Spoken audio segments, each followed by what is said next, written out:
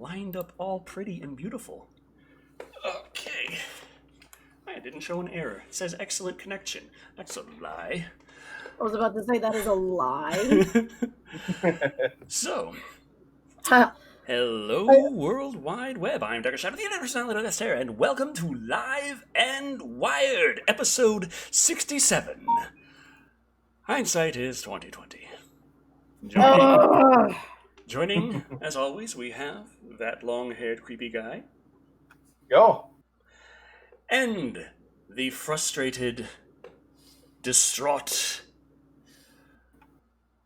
crushingly, technologically malfunctionated cat. Don't buy Chinese knockoff webcams, everybody. Yeah, they work fine for about a day. Mine worked well for 3 weeks. For at least, two live and wires? Something like that. RG Huntsman says, yo, hello, hi. Hello. So yeah, even if I do have the funds for a new one, it's just the problem is they're not making any right now because of, this. Vince Burns is asking for a shout out. So Vince Burns, I just want Vince Burns to know, no, Vince Burns, I cannot shout out Vince Burns, Vince Burns. Vern.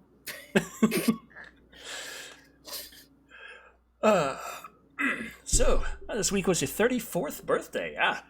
Getting up there. That's what happens. I'm going to be 37 this year. Someone just, Orkout98 just said mic is off. Is the mic off? Hello? I can hear you, Kat. Hello. Hello, darkness. I see everything coming through here. I see Um, everything coming through on my side. It should be going to YouTube just fine. It should be. Maybe I should just move the microphone a little closer to me. How far can I kick this thing? Okay, I can go this far. All right, I'm good. I got all my little monitors up. Well, as many as I can. Okay. The audio sounds off. The audio does not sound off. Well, no. Oh. Audio sounds Maybe- off. According to the Orc at War 98. It could just be because I am using a new microphone since the last.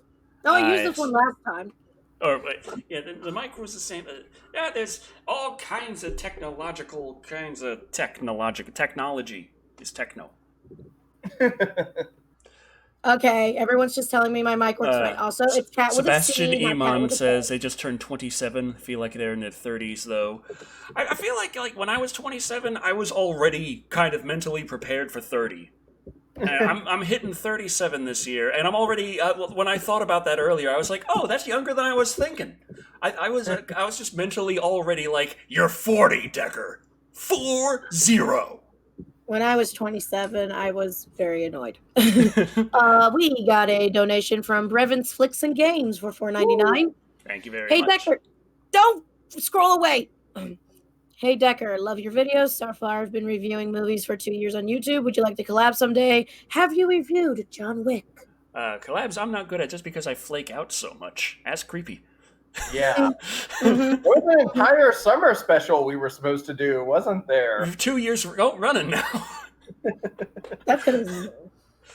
Oh, man. And I have not reviewed John Wick yet, but I have been requested to many, many, many, many times. I like the ending of John Wick. Oh, but It's a nice ending. also is brain. Sorry, I just it's been a 1 week. time. I'm trying to keep focused on work. That is what we do when we work. We focus Yes. on our work. Creepy, can I get a beer? No. Dang it! No. Not until next week. Yep.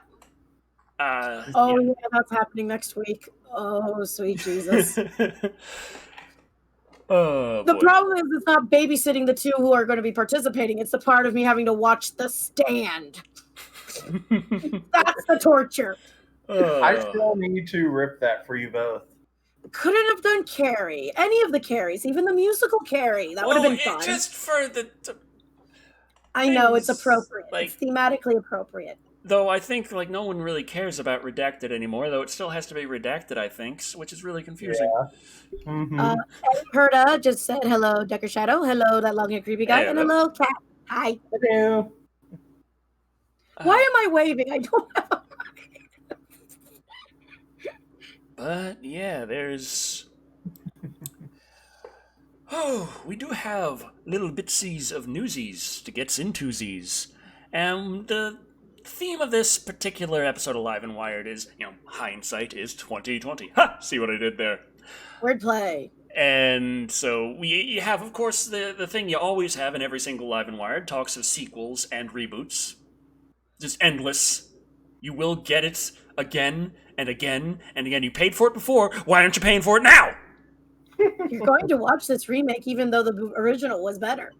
You We don't True. have any creative ideas. It's not like we can't just go to that vault of script limbo and just take something from there. True. Even if you don't like it, just put a Smithy. What is it? Alan Smithy? Is it Alan or Adam? It's one of the two. Yeah. The term, which is basically a director's like, I don't want to be a part of this. Smithy. Right. But interestingly, on last month, the end of last month, I believe the 23rd, it was the 40th anniversary. Was it the 40th. Yeah, it was the 40th anniversary of Stanley Kubrick's film adaptation of Stephen King's The Shining. The Shining. And of course, I'm to sure do- everyone kind of remembers The Shining, Stanley Kubrick's version of The Shining. It is a horror classic. Everyone knows it today, and it's one of the greatest horror movies ever made. Also, It's Rocky. Alan Smithy. Also, Rocky I'm so sorry if I pronounced your last name wrong. Ruling says, Decker, I love your reviews. Watch every single one of them. Thank you for your hard work. Thank you very much. There was a lot that had to go into the Wizard of Speed and Time. I figured I already took so long just to script that I may as well go all out. So I did.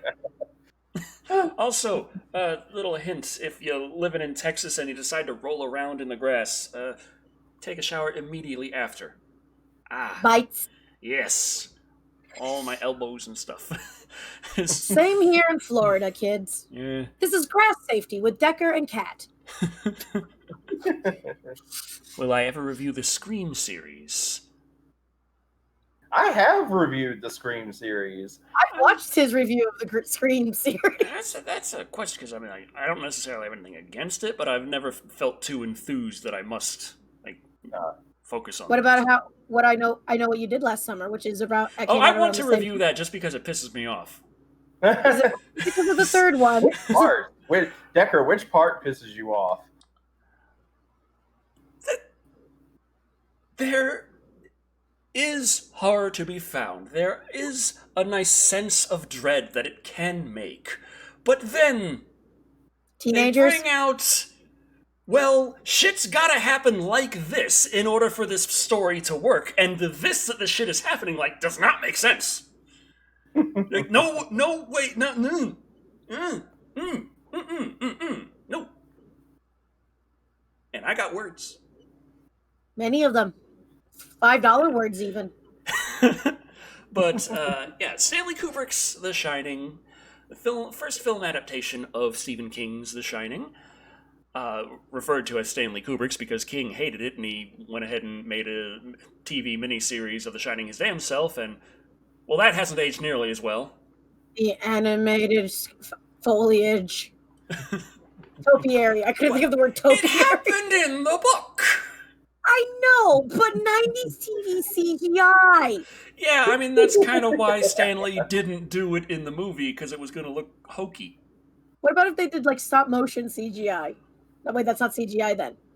I don't know, there is this, I meant to bring this up with John Massari last time, when we were talking about The Wizard of Speed and Time, last Live and Wired, and the use of stop motion animation and how it's kind of it's fallen out of favor. And I mean, there are some things that are kind of bringing it back-ish, but I remember seeing this one little video talking about how, oh, here's this new stop motion animation that's using 3D printing to get all of the facial kind of expressions and hundreds of expressions and all kinds of stuff, and it's really amazing and good. And then it's like there's this big seam between the mouth and the eyes, and then like and we go by in there digitally and remove that. And I'm sitting there watching this video like, That's lazy. why? Or cheating or something. Just leave the seam. It's supposed to be stop motion, right? If you're gonna go in and change every single frame with CGI, just make a CGI animation at this point. Do you like the Ramones? Asks Zaki Niku 77 for $2. I can't actually put my finger on the Ramones like off the top of my head. Did they sing what I like about you? Which is? Or is that what I like about you? You keep me warm at night. I'm not singing the rest for copyright's sake. So it's pretty much the background music while I'm driving from point A to point B in Grand Theft Auto. I think so. I can't remember which one the Ramones are. I was asking. It's the radio station I'm not going to click away from, but there is no radio station in Grand Theft Auto that I feel like clicking towards. This is why I love Saints Row, and you can make your own custom playlist in the game. Ken Maybe dropped $2 to say R.L. Stein greater than Stephen King. Stephen King is a hack. We're not going to talk about that. Oh, we could. We could start a little war. Stephen King versus R.L. Stein. I mean, if you really want to go in this, I mean, as far as we know, R.L. Stein actually wrote all of the books that were. Yeah, Stephen King actually wrote all of the books that were printed under his name. R.L. Stein, yeah, he can't claim that. I don't know. There's I still like John the Massad, and he just network. dropped $20. Oh, thank you, Mr. Massad. Oh, thank you very much, The Wizard movie soundtrack is available on green vinyl. Oh yes, awesome. I could use the $20 to get it. Also, Sebastian Iman dropped $2 Canadian to say the Topiary Lions in the '97 miniseries sucked. Oh, I would assume so. Oh, sorry, that was the Clash. I was singing the Clash. 1997 CGI for a TV, not even TV movie, miniseries. So they had to stretch the budget because they had a lot of film to do. Yeah. Oh, also, what I was singing was from the Clash, not the Ramones. Oh, okay. Oops. So what are the Ramones? Rock and Roll High School? I thought that was the Ramones. Oh, I Want to Be Sedated. Oh, yes. Oh, that one. Okay. That one's a good one. And to answer the question, yes, I just didn't realize. But also, back on the topic that we were supposed to be on this entire time. About The Shining, and hindsight is 2020. The critical consensus when The Shining came out was not necessarily so great. It wasn't fully, when it's new, people don't know what it is that everyone thinks of it yet, and you got to come up with, as a critic, you got to say what you think. And some critics didn't like it too much. What didn't they like? Sandra Kubik? And I was going to say, like, critics don't have 40 years worth of everyone saying it's the greatest horror ever made on film to just sit there and say, yes, I agree. So there were a couple of examples. I took out 4 from the article to read them out. Pauline Kael from the New Yorker wrote, this was in 1980, right when it came out. All of these were just immediate reactions. This was the movie, right? Yes, the Stanley Kubrick's The Shining. These are little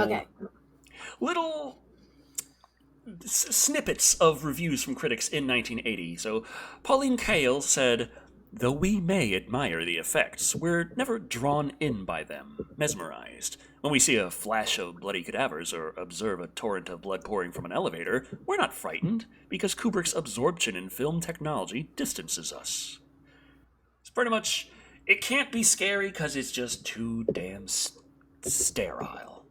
Yeah, we got a $20 donation again by Max Lembeck.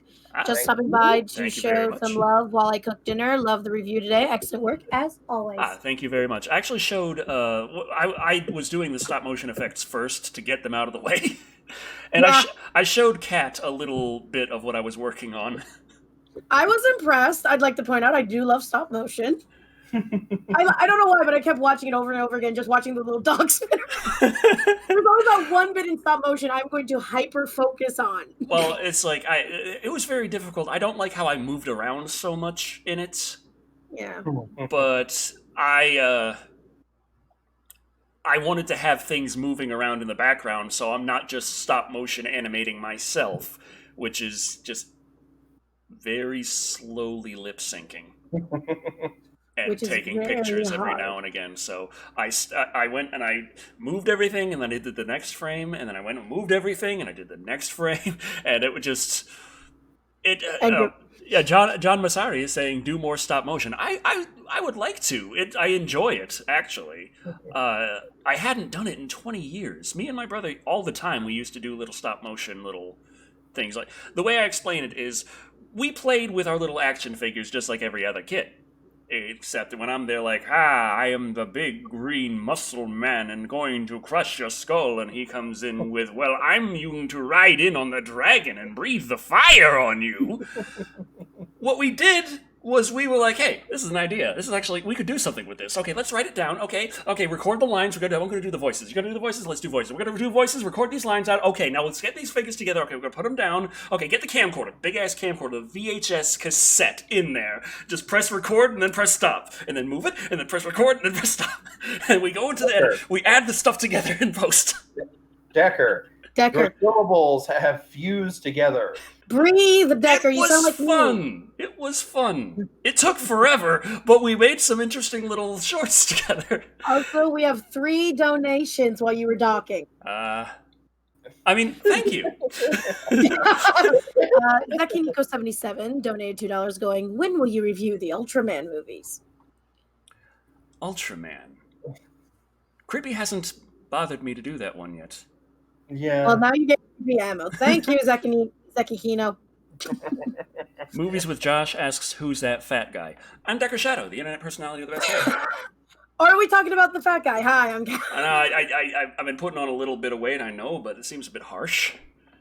Okay, Sebastian Iman donated $2 as well, going, will you review Dr. Sleep? Dr. Sleep, yeah, I think that would be a good idea. That is the sequel to The Shining. Which, how are they going to do a sequel to The Shining when they killed one guy who technically lived at the end of the movie? The kid grew up? No. Isn't the caretaker the one who also has the shinin?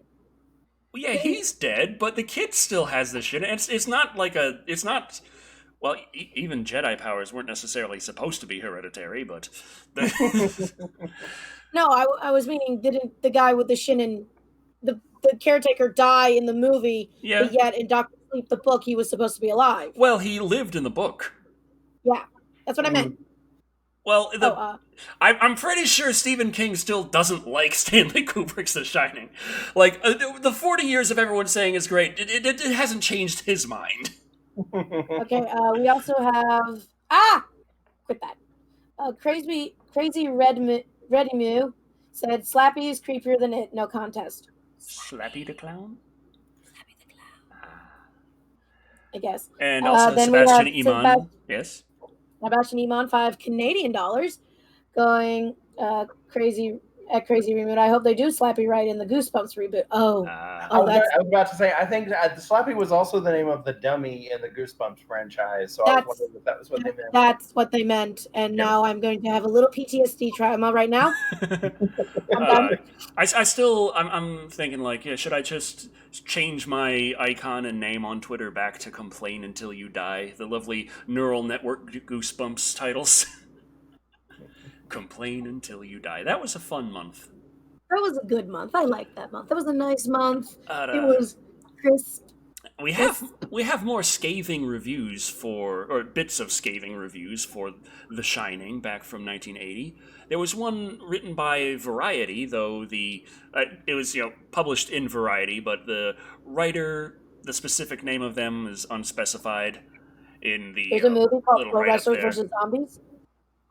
Well, they said that the crazier Nicholson gets, the more idiotic he looks. Shelley Duvall transforms the warm, sympathetic wife of the book into a simpering, semi-R-word hysteric. Variety. Everyone cancel your Variety subscription. Well, that was 1980, and they have also... the current publishers have come out and said, yeah, they really shouldn't have said that. And also, the person who wrote that, as far as I know, has already passed away, so you can't really yell at them about it. Yeah. So. Also, when was there a movie called Pro Wrestlers vs. Zombies, and why did no one tell me? Pro Wrestlers vs. Zombies. You see, at one point I would think, well, the wrestlers are big and strong and can chuck them around pretty easy, but at the same time, if you get them in a hold, all they gotta do is, like, nibble, nibble. It's like, ah! Valid point. Although I would love to watch Shawn Michaels do sweet chin music to a zombie and its head flies off. I don't even want to watch that. Oh, I'm just thinking of suplex and... Oh. Ooh, Tombstone Pile Drive will just... You're gonna have to have, like, a shower after that wrestling match, just saying. Tombstone Pile Driver, the They hex, always do. Just for the body oil. God, yeah, but, I mean, like... Okay, fair enough. We got 2 more short little reviews of The Shining. The Washington Post had Gary Arnold write, "I can't recall a more elaborately ineffective scare movie. You might say that The Shining, opening today at area theaters, has no peers. Few directors achieve the treacherous luxury of spending 5 years and $12 million to $15 million on such a peerlessly wrong-headed finished product." It's like they don't like ambiance. It's like those people who don't like... Oh, I'm about to call out Decker right now. Those people who didn't like the first Halloween movie because they didn't like how it was giving the setting and the mood of horror. Also, keep in mind that when The Shining came out, it was also the age of the slasher films. So, so it was people sitting there like me, like, why ain't there a bigger body count? yeah. Where's the gore? Oh, it came out of the elevator. What floor was it on before? I want to go there. I always just make menstruation jokes about that scene. I've ruined that scene for Decker. Absolutely. Also, Sebastian Iman dropped another $5 Canadian, saying, "I will give Rebecca De Mornay and Steven Weber credit for their Jack and Wendy performances in the miniseries." That was good in the miniseries. That was like the good thing, because like he wasn't full on Jack Nicholson the whole time. You know what I mean? It's nice to have. It is a challenge when you're given a character that the public already has a pretty strong image of, but that image is of a specific actor, and to try and ape their performance is just, you can never, like, you can't out Jack Nicholson. Well, you could, but we gotta get a cloning facility involved. No, that's... Wow. Decker, what are you doing? That's Michael Keaton. He's trying to think. Michael who? I didn't hear your audio. That's Michael Keaton. Oh. Anywho, last little scathing review of The Shining from the Los Angeles Times, written by Kevin Thomas. "There are moments so visually stunning, only a Kubrick could pull them off, yet the film is too grandiose to be the joltier that horror pictures are expected to be. Both those expecting significance from Kubrick and those merely looking for a good scare may be equally disappointed." God forbid them actually watching any of like the, what was it, like early 2000s, mid 2000s horror movies where they all relied on jump scares. Oh, God. Oh. You know, the Five Nights at Freddy's types. I am not a fan Five of jump Nights scares. at Freddy was still... Five Nights at Freddy was still scarier than a lot of those movies. The whole you can't move thing. I have seen so many jump scares. I am so desensitized to jump scares. It's actually kind of weird. Like things that have happened quite frequently is like me and Charlie in bed. She got YouTube on. We're going to sleep, and so it's like dark room and everything. And she's just watching, having videos playing so she can go to sleep. So of course she puts on Markiplier playing 3 scary games. Of course. And so it starts off, and the video's playing, and it's just dark room for several seconds, and then there's that big audio hit, and Markiplier jumps out like, "Hey!" And I just feel her jump in bed. In the meantime, I'm just still completely stone still. Even though I had no idea that was coming, it still did not affect me at all. I remember doing a joke once when a jump scare happened, going, if I wasn't taking my anxiety medications, that would have freaked me out. Oh boy. But yeah, I mean, like, Decker complains about the movie with too much ambiance and atmosphere, but then he goes around and complains about there being too many jump scares too. Jump scares are cheap. They're not scary. They're startling, and they don't even work on me anymore. So I feel literally nothing. They're basically trying to break into the fight or flight thing. Now that since Decker has experienced it so many times, his fight or flight sense doesn't go off. It just is broken. We broke him. And now Decker may find himself in a slasher movie scenario a la Scream and is unable to save himself because he does not react to a jump scare at the right time. Quite possibly. Well, although, actually, no, wait. If Decker were in a Scream scenario, he would be the first person to die because the person with the highest view count in Scream is always the first victim. He's the Drew Barrymore. Mm-hmm. Son of a... I'd be the one they'd open the movie on who would just be dumb and die. Yeah, me and Decker me and Creepy over here are going to be the ones that are trying to figure out everything. And well, I guess that makes sense. Well, my view count here. Creepy's next, then I would be the final girl if we go by Creepy. If we go by numbers. Hello, Decker. What's your favorite scary movie? Alien. I would love to have seen him deal with that and be like, oh, is that really a scary movie? Watched Alien a couple nights ago, actually. Is it still good? Well, I was watching it on a TV that has that interpolation thing. You know, where they add extra frames that weren't there before. And? It looked ridiculously smooth, and it didn't really work too well in every situation. Like during the final scene, the climax, the part where we got Sigourney Weaver in undergarments. We got the little flashing light that's going at the proper frame rate of the movie, and that's messing with the interpolation that has no idea what to do. And then it's like you have the parts that look really smooth, and then it's so overall, I think it would be a better experience just to watch it at its normal frame rate anyway. But it was interesting seeing the spaceships just so smoothly slide across the TV. You sound slightly aroused by it. I'm extremely aroused. Would you believe Dark Necrosis just commented going, Decker would be criticizing the killer as he was getting killed.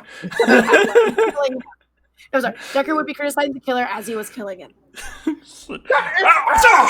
kitchen knife, really? Couldn't use anything even more creative? Why don't you just go with a hatchet or a freaking ice pick while you're at it? Dude, you're not even hitting the vital organ. Ow, hey, knife! Cat told me so. I'm dead now. Arteries are up here, jackass. I just love how you just put in that's not how you hold a knife. Cat told me so. Thank you. I'm glad to know. Also, we have a 35-pound donation by Erwin Boss. Erwin Boss? Euro. Oh, Euro. It's Euro. That's Euro, not pound. Cat knows her money. Hey, Decker. A long time ago, I commented on a Live and Wired episode that I worked in a bar in a small town in the Netherlands called Brunsum. Currently, I work and watching this Live and Wire with customers who also watch you. Oh, cool. Oh, hi. You have European followers, Decker. Well, I mean, it was weird. Like, it was years ago. I was looking at when the big map of where do you get views from was a lot more accessible on YouTube. It was already strange when I had like about 10,000 subscribers, and I was looking, and it was just all over. So many views, so many places, and you always hear how YouTube likes to promote you where you're at. Your region is where the videos tend to be sent out. But things do just spread a lot more than you would think. Yeah. Mm-hmm. It used to be that the reason why PewDiePie got massively major was he was in Sweden. And then he moved to England, and which there, because of YouTube doing the local thing, would spread it around in England. Then he moved to America, which spread it all the way over in America. And that's how he got so popular, That was a theory. Well, there was a lot to do with just the fact that he had a good amount of gaming content playing Call of Duty, which itself is very damn popular, and it was around the time YouTube shifted the algorithm away from most views to most watch time, and most likely to the higher likelihood to click from one video on their channel to another video and continue watching it. That gaming content does that a lot more than a lot of other content. It's a lot faster and easier to produce, so... And also, if you're doing a playthrough of a video game, you would have it in multiple parts, and you want to see what happens next. Yeah. So yeah, he was in the right place at the right time when that algorithmic shift happened. Yep. Damn him. Oh, 7-year-old army PewDiePie had. I think it was upgraded to a 9-year-old army, but now since if you have videos for kids, you're going to lose your ads. Now it's a 19-year-old army. Mm-hmm. I've lost track. I don't know anymore. I gave up. Remember when he used to play games? Oh yeah, that was a long time ago. Now he's just... Well, let's not talk about what he does now. I don't want to know what he does now. Oh boy. Well, going by Decker's reaction, I would say he must do gay porn because I haven't Please, he's not that good looking. I have never seen... The only time I've ever seen Decker cringe like that is when that comes up. So creepy, only you can masturbate to bitch lasagna. What's bitch lasagna? Anyway, moving on. Don't tell me. So I don't know, and if I did know, I don't think I'd want to know. There's a little bit more. Never understood the fascination with PewDiePie. The algorithm loved him, and then suddenly he became the largest YouTuber on the platform, and he was just kind of stayed there up until T-Series took the spot. And even then, PewDiePie is still considered the #1 YouTuber because he's not a company. T-Series is a company. So yeah. It was just he was a lucky SOB. That's all that it is. Yeah, friendly neighborhood Spidey on Twitch says, "Hello, Decker and everyone. How are you doing today?" Holding together as best I can. I am not on fire. But yes, I have other little bits of the Hindsight is 2020 little stuff there. You notice Sonic in the back there. Uh-huh. Well, this is my own little hindsight, because remember, we sort of broke the news on Live and Wired almost about that there was even going to be a live-action Sonic movie, and a lot of the stuff about the plot before more of that came out in larger news sources, and a lot of people were really concerned, as I was, and all that stuff, and yeah, it's just, well, I was probably not exactly correct. Maybe I was looking at it the way that the previous critics were looking at The Shining. Because the live-action Sonic the Hedgehog movie came out a while back. It actually came out before Redacted shut down all the theaters. Yep. And in the time it was out, it grossed more than Detective Pikachu. It became the highest-earning video game movie ever. Oh, it joy. Has done very damn well. I still haven't actually seen it, though, so I can't say is it good one way or the other. I have not seen a whole bunch of videos talking about how terrible it is, though, like I see with a lot of movies, so I'm pretty sure it's at least okay. I think a lot of people that I know that have seen it were like, it's better than the Super Mario Brothers movie. Well, that's not hard. I know. Me rolling around in the grass was better than the Super Mario Brothers movie. But I mean, like, that's how everyone always compares it. How crap is the movie? It's better than Super Mario Brothers. I'd say that the Double Dragon movie was better than the Super Mario Brothers movie, and that's not to say the Double Dragon movie was good. What about that Legend of Chun-Li movie? The one with Jackie Chan? No. It was like a Street Fighter movie, and it's all about Chun-Li. I use those air quotes, by the way. The air quotes were up for those who can't see through my special sexy dwarf vision. But yeah, due to the success of the Sonic the Hedgehog movie, Sega has actually started thinking, hey, maybe we can put Sonic in some things other than just Olympic games with Mario. You mean they're Or actually going to make trying to a make 3D Sonic? trying to make the bad version of Mario Kart with Sonic. Hey, it had Team Fortress 2 in it if you had the PC version. So Sonic Studios' chief brand officer, Ivo Gershovich, which it's just doing me a concern, as I know that Ivo is the first name of Dr. Ivo Robotnik, is it not? Yes, I think.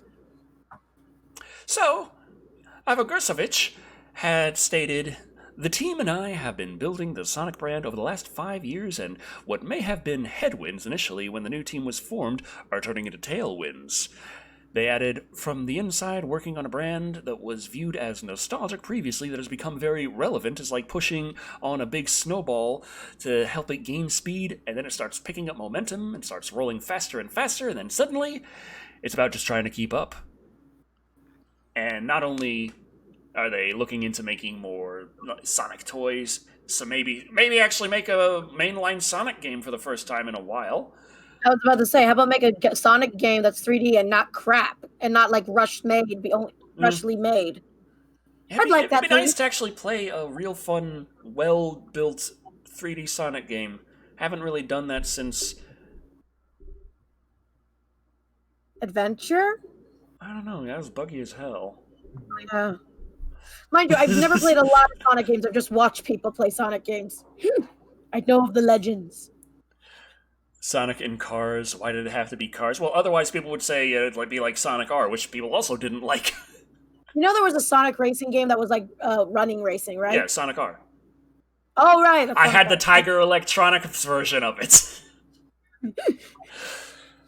God, it was loud. What about that Sonic game that you play as 3 people? That's Sonic Heroes. Yeah, that was a pretty good one. Although there were some bugs in that one. It was good. It was just really annoying in Team Chaotix every single time you switched to Charmy B. Because every time you switch characters, they always talked in Charmy B. I don't know anyone who actually likes Charmy B, to be perfectly honest. I liked playing Charmy B in Knuckles Chaotix just because it was cheap as hell. You could cheat your ass off as Charmy B. Because Charmy B could fly. But unlike pretty much every other Sonic character that can fly, they never got tired. So I was just like, okay, I win. Yay! But yeah, it's... I would like to see the Sonic games actually have something decent and not just be meme fodder. But also, Paramount has greenlit a sequel to the Sonic movie. Was there a sequel to the Super Mario Brothers movie? Yes, it was the Human Centipede. What? Sorry, I zoned out for 2 seconds. There are similarities, you can't deny it. How does Human Centipede and the Mario movies have anything in common? Watch them back to back. You'll see. No. I like my Human Centipede is made to be watched back to back. Thank you. Anyway. Speaking of video games, there's also some rumors about... I don't know, either of you know anything about Metroid Prime? Oh. I know of Metroid. Oh, Sonic Horror Movie, maybe EXE or Tails Dolls. Tails Dolls, those are interesting little things, because those, I think, they were introduced in Sonic R. What are Tail Dolls? It was just this weird thing. It's like, okay, in Sonic R, you have the racers you start with, and then you unlock secret racers as you go on. And they're pretty much, like, you got Super Sonic, there you go, but then you have Mecha Sonic. And then they had to figure out, okay, who are we going to do for Knuckles and Tails? And so they just kind of put together these sort of mecha-ish robot thing, but they didn't really look like Mecha Sonic. They didn't look like machine. They looked like weird ragdolls with a little antenna. Okay. So it's just this floating robot doll thing, ragdoll with a red antenna on its head. Just There might be a good reason why I never got into Sonic games. And it's this just nightmare fuel for Tails, especially because it's got these huge eyes. It's like Tails has been killed, stuffed, and is now made to race. Ew. That is a horror movie I would watch. Wait, wasn't that the plot to Death Race? Sort of. Yeah. Except that the Frankenstein was always a different person. They just wore the mask because they're so disfigured. But they were actually a different person. The previous one did die. Okay. Don't look up Sonic stuff on DeviantArt. It's just weird stuff. Yes, I'm very well aware of that. So, yeah, but the Tails doll actually returned in Sonic Adventure. It was a target used by E102 Gamma in your training mission. Eggman's there teaching you how to track down these baddies and kill them. And so you had the Sonic dolls, the Tails dolls, the Knuckles dolls. But it's the Tails doll from Sonic R. It's there. And it's just... And you gotta shoot it, because it's gonna be more. Pull the trigger, Piglet. Pull the trigger, Piglet. Oh, boy. Did I play Doom Eternal yet? No. I did get the 51 Clubhouse games for a Nintendo Switch, though. Okay. You now can play backgammon. Was it Go Boku, I think? That one game was absolutely freaking pain in my ass. Like you connect 5 little beads in a row. You get the white beads and the black beads. One person plays one color, the other plays the other, and then you go boom, boom, boom, boom, boom, boom, boom, boom, boom, and whoever gets 5 in a row first, they win. Isn't that Othello? Maybe, I don't know. It's called Go Boku in the thing. They have this one called Last Card, and it's literally Uno.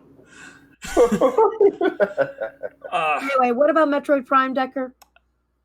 I was getting to that. But Go Boku. The Go Boku story must be told.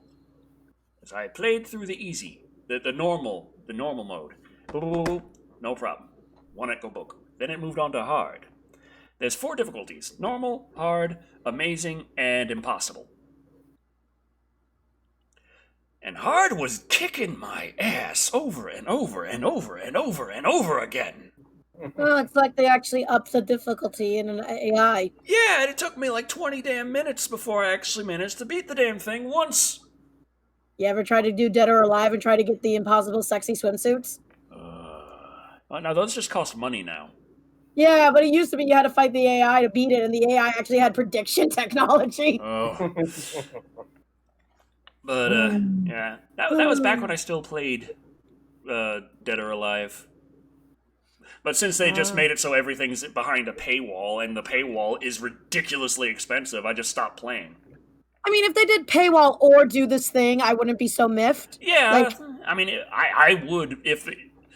But it's like a lot of times you have the game design where they specifically make it tedious to try and encourage people to buy stuff, like the direction Assassin's Creed is going in. A lot of people are concerned about the 30 frames per second of Assassin's Creed Valhalla on next generation. I'm a lot more concerned with what the hell they're going to do with the monetization system. Valid point. So, They're all valid points, Decker. Yeah, but then I finally got to the impossible Go Boku. Beat it first try. Huh. I don't know why hard had to be so damn hard. God, it's like people who are like, oh yeah, I can play the hard mode very easily. What about easy mode? Oh, screw the easy mode.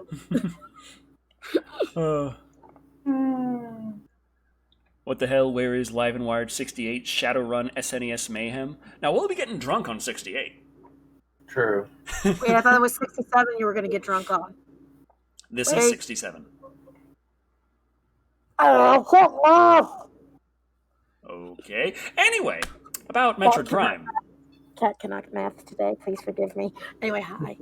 Anyway, about Metroid Prime, there have been rumors that have been coming up.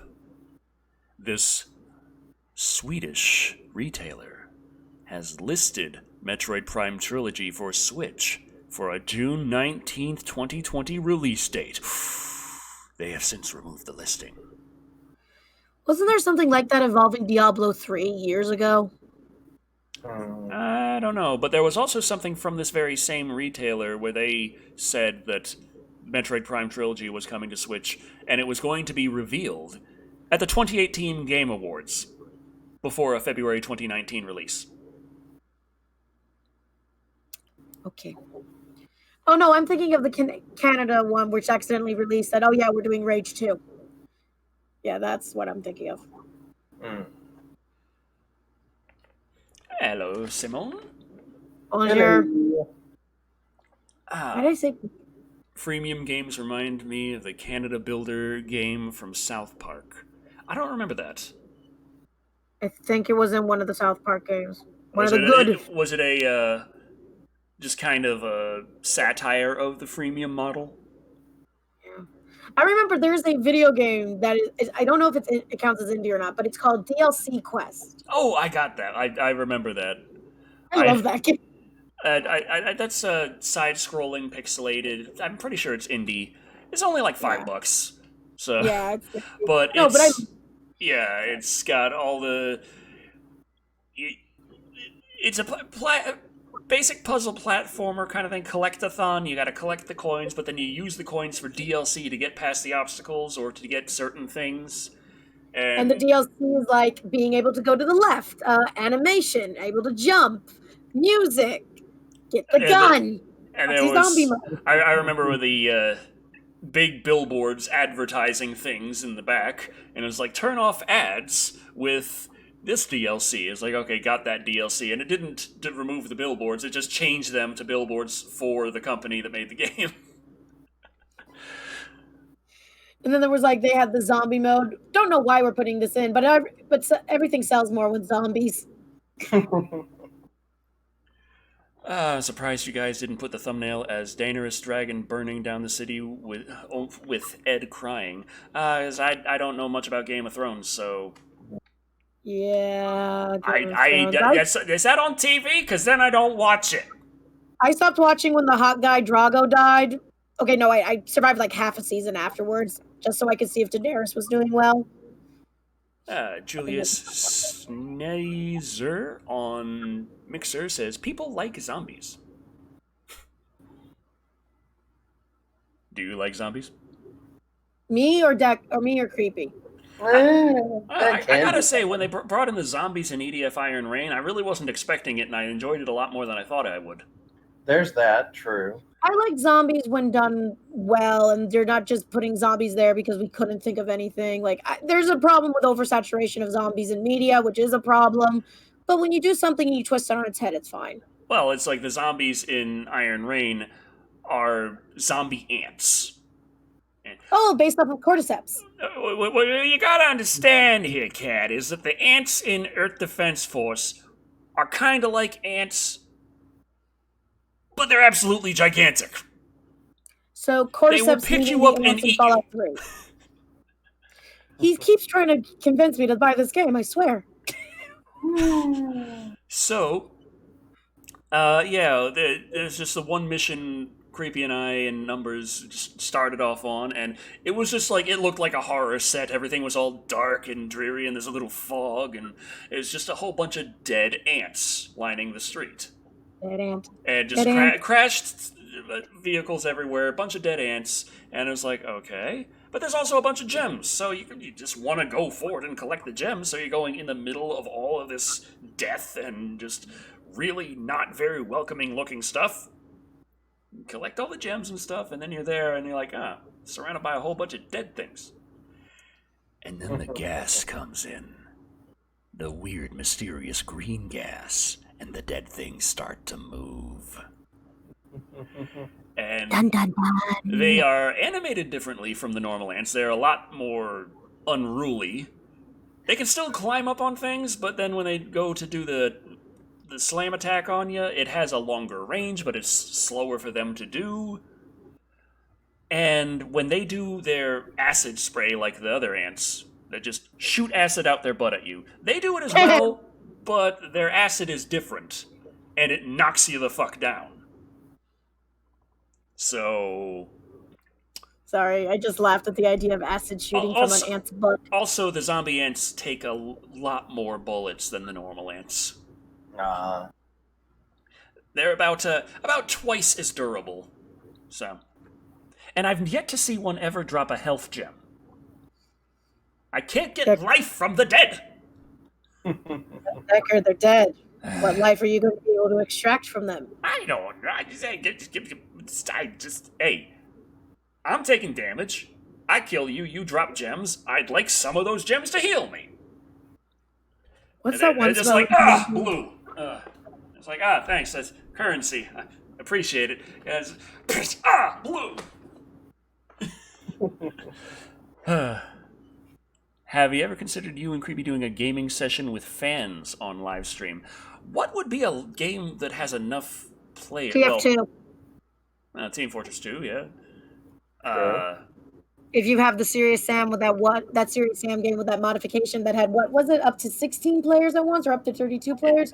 Is that a mod to do that? No, I thought it was like base you could do 16 players. Oh, no, sorry. I'm thinking of something else. There is TF2, which is always fun. You could do Fortnite and be cool with the kids.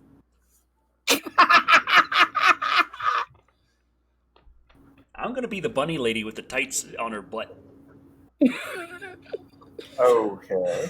You could do Minecraft. I gotta get it before Numbers does. That's what he's been running around as in EDF. Predator Hunting Grounds. Yeah, that's not too many players, though. Minecraft, if you ever want to do some weird Minecraft server, but not one from Realms, because Realms only allows up to 10. You'd have to buy, buy a server. Predator Hunting Grounds is like 5-player, I think. And you got the 4 humans and the 1 predator. Bunch of people have left for. You could do Jackbox games. And then the audience can participate if they don't get in. But yes, we still haven't talked about exactly what's going on with the Metroid Prime trilogy thing. Actually, we did. I forgot. My brain is in the wrong spot. Decker. I need more beer. Decker, no beer. Okay, no. Whiskey then. Noop on Faz. Noop. Oh. People, can you have some normal names, please, for me to read? Nubar Farzug. Or a cat needs to practice her German. Decker, it seems 2020 is copying you, but instead of months dedicated to movies, it's months dedicated to horrible world-ending events. Yeah, it's like... I haven't gotten the Matrix yet or the sexy aliens. I'm still waiting for the sexy aliens. It's like I was looking at Char the other day, and I was like, well, it's been a good run. Glad we met each other and love each other, and we can die happy. We're not making it out of this here. I just gotta come to terms with that. I'm still waiting for the sexy aliens 2020. Let's see. Okay. James Stockdale said Jackbox games would be brilliant. Oh, yeah, but Kat, there is that bit talking about more video games. There's that bit about Silent Hill. Oh, my baby, my child. Oh, yes. Game. You have the news sheet? I have the news sheet. It is article number 4. I see it. Okay, so for those who all don't know, recently, a while back, Silent Hill is now officially in Dead by Daylight. My urge to buy Dead by Daylight is rising now, and has the monster Pyramid Head, a classic, with the ever so popular character Heather Mason, also known as Cheryl Mason. All right. And they have the setting of the classic school setting, which, fun fact, the school in Silent Hill was actually based around Kindergarten Cop School. Yeah, it's based around the school in Kindergarten Cop. Okay. Because it's a full Japanese production, and they were like, we need to know what an American school looks like. Quick, to the movie. If you actually look around, you can actually see some assets in the game that are just like direct copies from Kindergarten Cop. And apparently Suhiro Maru, did I do that right, Decker? I don't have the article open. Oh, I need the article. All right, we're doing our articles. Yes, I want to open this link, but it could be dangerous. It's from Decker. It's definitely dangerous. Don't open it. No. So I'll just do a little screen share because There are images with this. Does that make sense? Yes, I make sense. I'm human. Just share. Hold on. You know what I'm doing? Shadow says, "It's not a tumor." It's yes. never a tumor. M12G on Twitch asks, anyone reading this chat? No. I'm reading it. I have to read it.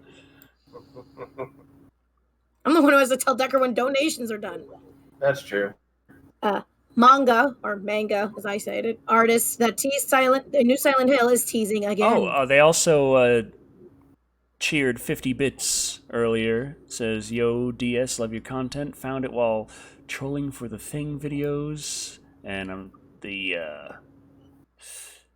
it's truncated on my mini feed. But they cheered 50 bits on Twitch. Thank you very much. Thank you. I gotta find the rest of it. So do you want me to just keep reading? Yep. So we've all been coming down from the hype surrounding the reveal of the new Silent Hill DLC for Dead by Daylight. Oh, it's so good. There is apparently another small bit of hype that appeared today. Recall the story of Suhiro Maru, a Japanese manga artist who specializes in horror, who recently visited Konami HQ and made some cryptic Instagram teases. More specifically, Maru posted an image of a sign reading Silent Hills. Sorry. I'm just reading this article, so it's like, oh, please. Which has set ablaze a number of fan conspiracy theories and hype that something could be happening. We previously reported a leak we were told regarding the future of Silent Hill franchise that the series would indeed return as a PlayStation 5 exclusive. With the power of the SSD. Yes, Decker, with the power of the SSD. Well, Maru is back to Instagram again, following the Silent Hill / Dead by Daylight crossover reveal, and has a new tease for us spotted by Reddit user that guy right there. Posting a video uploaded by user player2_Paris of the new Dead by Daylight trailer as an Instagram story. Maru has 3 words for us, and they couldn't be shorter or sweeter. We just started. So anyway, I just started blasting. What? No, we're not. Okay, never mind. As what have been E3 season draws near, hype and speculations are beginning to run rampant. As for what we'll see from our favorite studios this year, Sony, who rumors point to being the ones who dropped the new Silent Hill reveal, are gearing up to showcase their PlayStation 5 reveal lineup any day now. All of this is coming now. All the time does something too startling the heart. I can't read today. Aww. We can only hope and pray at this point. But with this deluge of teasing and how honest to God video game actually using Silent Hill stuff in it, the future may be very bright indeed. We'll keep you updated with more information, blah, blah, blah, black, black, black, dribble, dribble, dribble. Minus all of the redacted. Thank you. So yeah, Silent Hill, a new Silent Hill on PlayStation 5 possibly. I'm personally thinking, what if they actually made it with the same kind of focus as like the first 2 Silent Hills? And what I mean by that is, what is a draw distance? Yeah, I've always loved that's how they took care of the draw distances. Oh, look, fog and snow. It was snow in the first game, not ash. Snow. Well, I'm just thinking, like, what if you had it just cut off after like 40 feet, literally nothing exists, and things are just really hard to see at the 30-foot mark, and it's just like, straight up, that is all you have to render. Brendan Kilgore just commented says, when did Konami go back to making games? Well, according to my Twitter feed, apparently they just released a new little platformer game starring a cute, adorable skeleton. I didn't pay attention to it.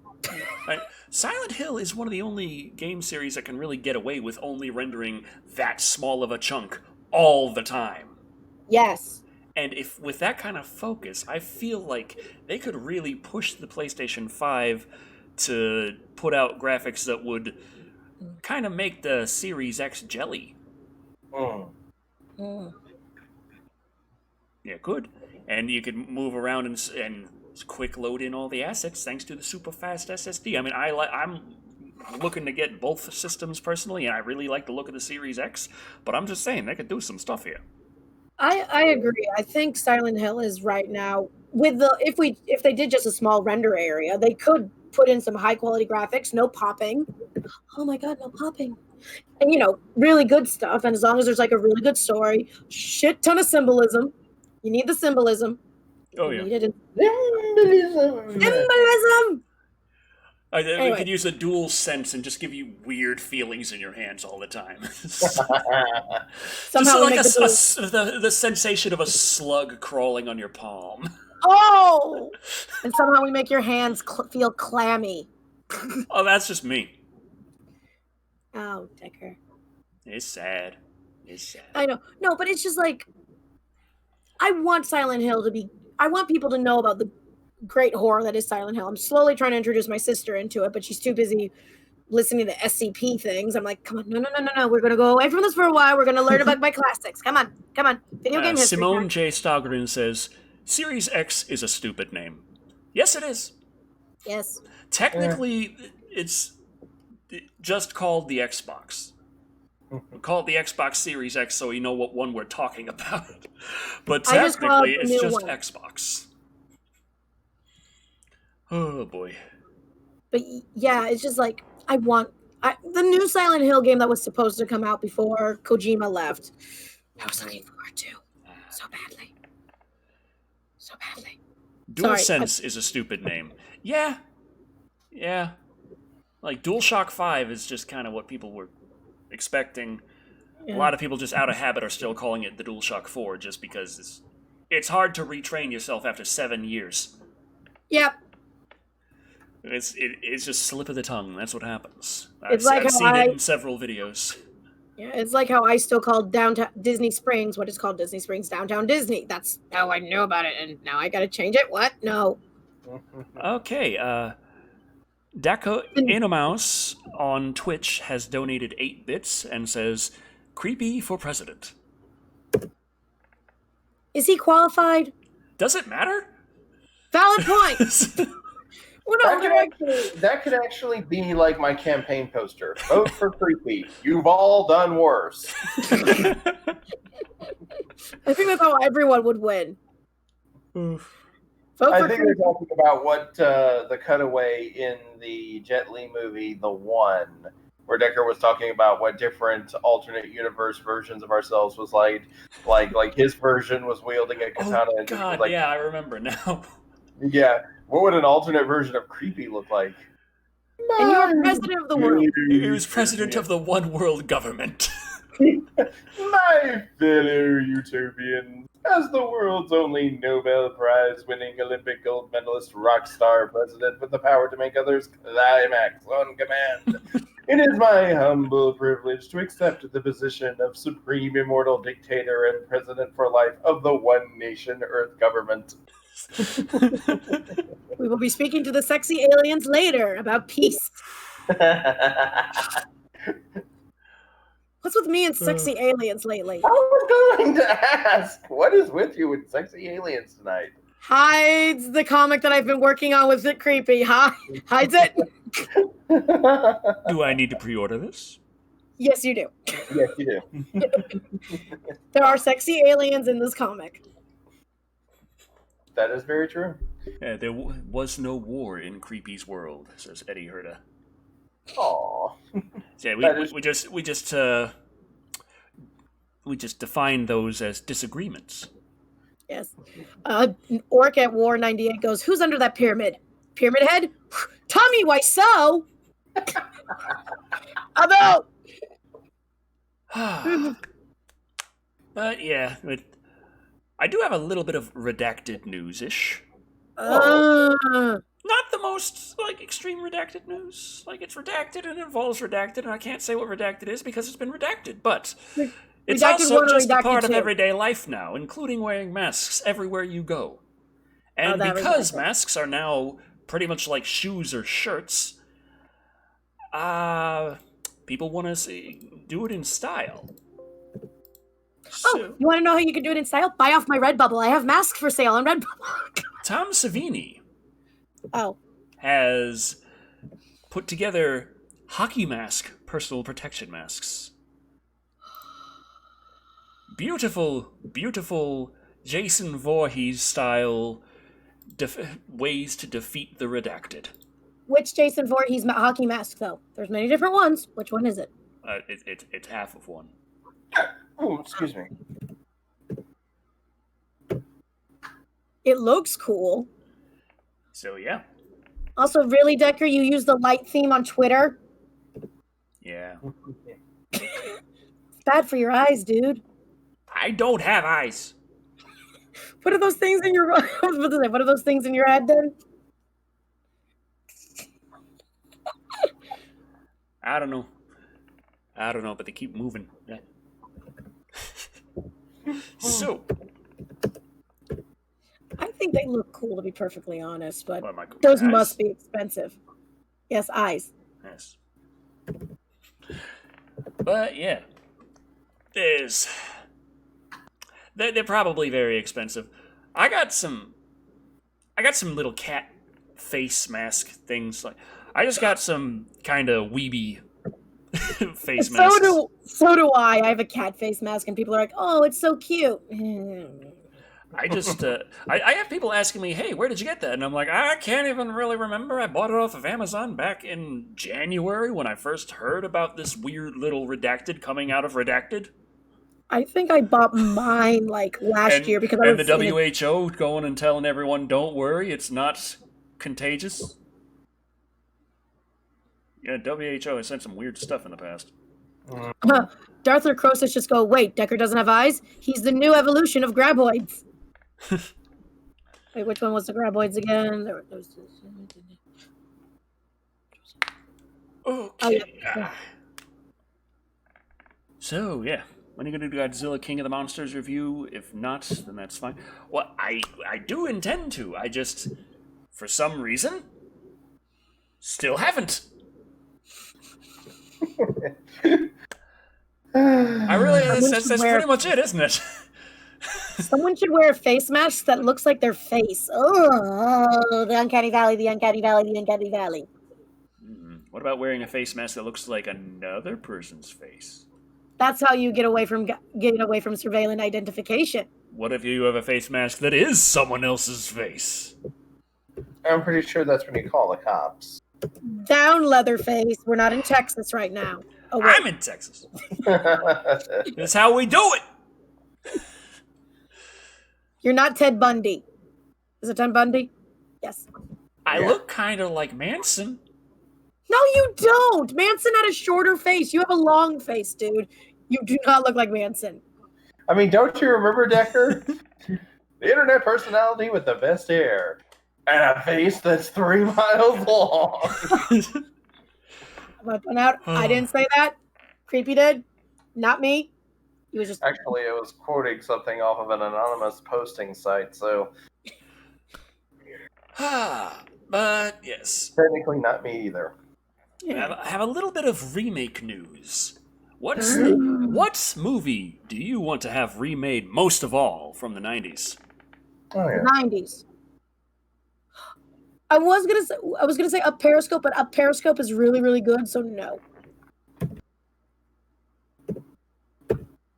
Showgirls.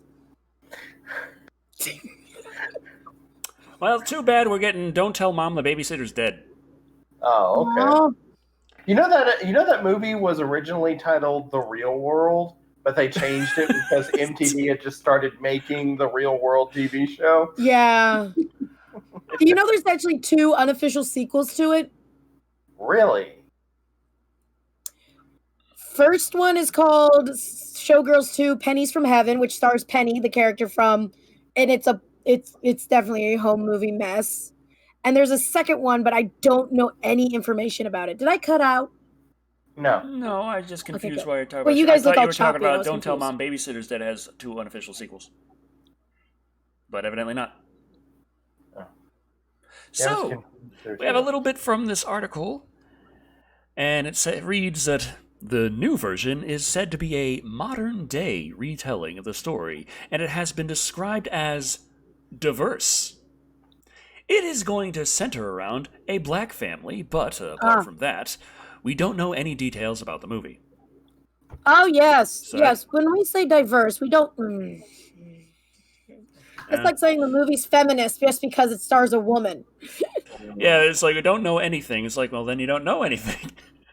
The script of the movie is being written by Chuck Hayward, who previously wrote for Netflix's Stepsisters and has also served as producer in Mixed-ish.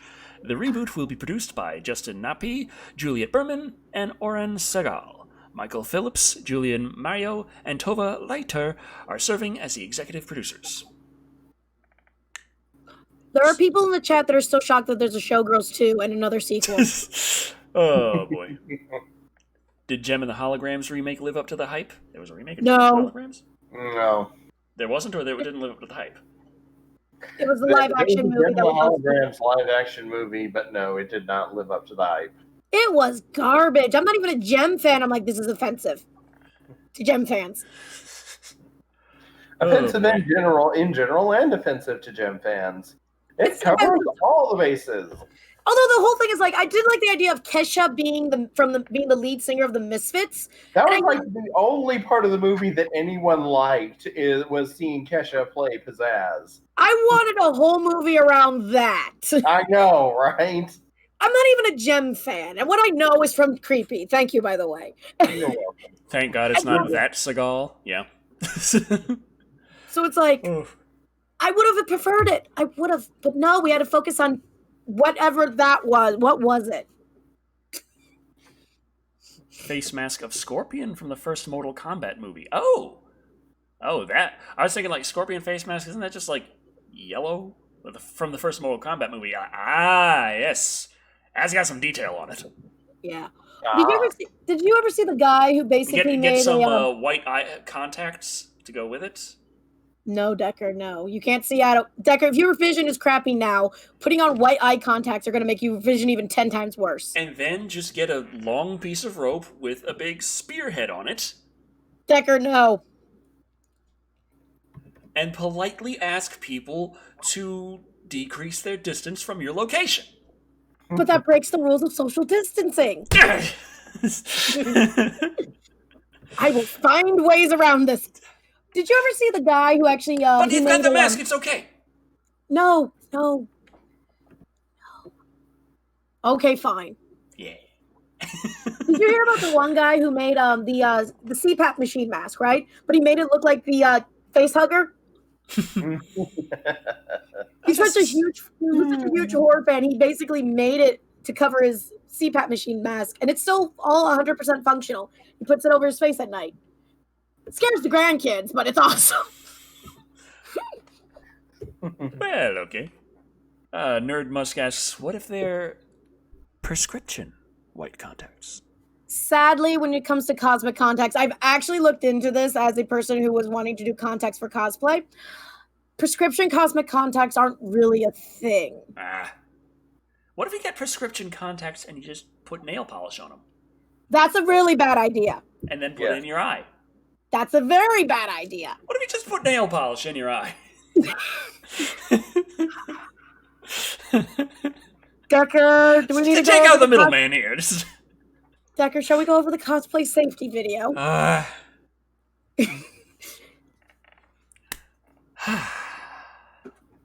Anyway, yeah, they're going to be remaking Don't Tell Mom the Babysitter's Dead. Yeah. But speaking about remaking things from the 90s, Sega is deciding, hey, you know what? The Genesis Mini did really well.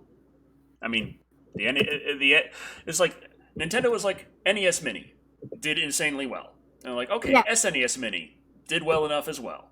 And Sony's like, PlayStation Mini didn't do so well. Did not do so well.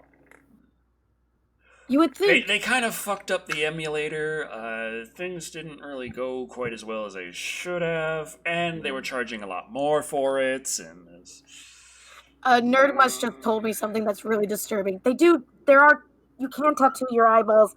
And the needlephobia just kicked in. Yes, this sounds like something I would do. Excuse me, my needlephobia just kicked in again. What? Yeah, my needlephobia deals with needles in the eye.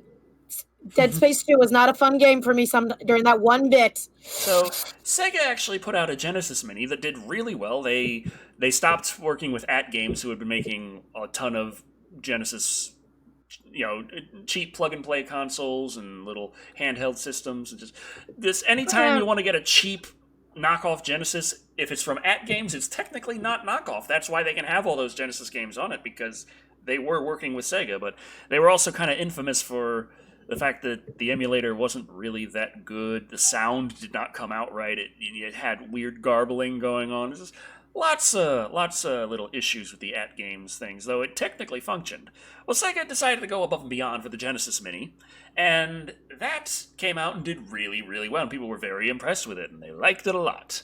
So Sega is there like, hey, how about a Game Gear Mini? Oh, that sounds good, doesn't it? That sounds good. Oh, okay. How about this, then? How about this? What if we release 4 Game Gear Minis, which each of them have different games on them? Well, that's unfair. Now you're going to make us have to do a Pokemon and collect them all. And you get 4 games on each of them, so it's total of 16 games, and it's like $50 fucking each. That's $200 for Game Gear games. And it's a mini, so it's like this fucking big, and it's still got it's a Game Gear to scale, making the screen literally the size of a postage stamp. All you Doom players from the 90s, you remember talking about shrinking the screen down to where you're playing on a postage stamp effectively? Well, now you really fucking are. Can I just go play Doom on my toaster? Yes, actually. You need a very advanced toaster to do it, but you can play Doom on a toaster. You can play Doom on a toaster. It's perfectly possible. Oh. See, now that I know all this information, I'm going to do like what I do with Pokemon, where it's like, okay, which Pokemon do I really want? Those? So, okay, yeah, we got, here's the approximate little size here of the Game Gear Micro. And, yeah, that's tiny. That screen is tiny. And this is being advertised to the Japanese market, so just so you know, they don't got the biggest hands. 1.5 inches? Yeah. What? How can you play a game in 1.5 inches? Does anyone got a freaking magnifying glass? I'm going to need those jeweler glasses. But they have this, the big window, those giant magnifying screens you used to put on the Game Boy and the Game Gear back in the day. They have one worked. for this. So it's for another. You could add a magnifying glass to those, or you could just put on a jeweler's lens. I say, just put on your jeweler's lens and play some Game Gear. And my mom walks in seeing me do this. What are you doing? Playing Sonic? Wait, is that one of the mispacked? This is comparing it to a Game Boy Micro, which was already tiny but still usable. I could Game Boy Micro kind of didn't do too well because it came out literally the same time as the Nintendo DS. And I was like, gee, do I want to buy a Game Boy, or do I want to buy literally the next generation Nintendo handheld? I can't, I don't see the appeal of it. I'm sorry. I'm sorry, audience. Well, there are games, though. The black one has Sonic, Outrun, Royal Stone, and Puyo Puyo Su. Blue one has Sonic and Tails, Gunstar Heroes, Sylvan Tale, and Baku Baku Animal. Red has Game Gear Shinobi, Columns, and the 2 Megami Tensei Gaiden games. And yellow is equipped with Shining Force, Shining Force 2, Shining Force Final Conflict, and Naza Puyo Aru no Nuru. James Stockdale just goes quickly to the hand cabinet to change to my tiny child-size hands. You use those little tiny toy hands, those little potato chip grippers. Yes. Just have that on the side and just like grip the buttons, like poke, poke, poke, poke, poke. There we go. Didn't they also make them for like wing eating? They're like these little gripper claw thingies that were. That sounds like it would be useful, but I can't think of how that would work too well. Well, there were ones that were basically for gripping and eating chicken wings. Yeah. I remember one of the YouTubers actually. No, did he review it or was it on? Was it on worse? Oh damn! Zythius I Moonshadow watched. says the RPGs are just a great idea on them. Yeah, people have remarked it's like, hey, this screen is so fucking tiny. How are you supposed to read anything on it? Are they doing any RPGs on it, or is it just Sonic? This whole Shining Force series, the Shin Megami Tensei. Oh, sorry. And the thing about it is that I like the Shin Megami Tensei series. Is that the series that never actually got finished? That's kind of hard to say because Shin Megami Tensei is less of a series and more of a franchise because there are several spin-off entire series of games that have spun off from this one series. There's it started off as a couple of games on, I think it was the NES. It was the Megami Tensei Part 1 and 2. Then it became Shin Megami Tensei. Then it became it became Shin Megami Tensei. Then there was Devil Summoner. And I think there's a Shin Megami Tensei Devil Survivor. There's also the Persona games, which are a completely different continuity, but are still considered a part of Shin Megami Tensei, so there's that. Orcat War 98 says 6 AA's for a couple hours, or 3 AA's for unknown hours. It's been said that the Sega Genesis, the Game Gear Micro, has about 3 hours of battery life. My Switch has more, I think. Well, depending on the game. Yeah, Animal Crossing. Lots and lots of. Well, it also depending on the Switch. Like I have a launch model Switch, so it gets about 3.5, 4 hours on a charge. Whereas the Redbox Switch, the newer model, that one has a more efficient APU in it. Doesn't use as much of the battery, and because of that, it can get like 5 to 7 hours. Also, do you remember that scene in Futurama where oh crap, what was the name of the character again? The girl in the pink sweats. Well, the Game Gear Micro looked like something they would sell in a McDonald's Happy Meal. Except in the Happy Meal, it would just be a picture of a game, and you'd press the button, and it would just shoot out like a ring. And the game pictured wouldn't even be Sonic; it would be like Shinobi. I just imagine that scene with Amy where she accidentally eats her cell phone and be like, that's what's going to happen with these Game Gears, that they keep getting smaller and smaller. Decker, did you accidentally swallow your Game Gear again? Yes. Oh, but I remember when some McDonald's toys were actually really good. And a lot of the really good ones were video game related, too. Yeah. I remember Did it have the wind-up little Goomba that would just walk and then do a backflip? Those were cute. I do remember that. That was when Super Mario Brothers 3 came out, I believe. Yeah, it was still NES.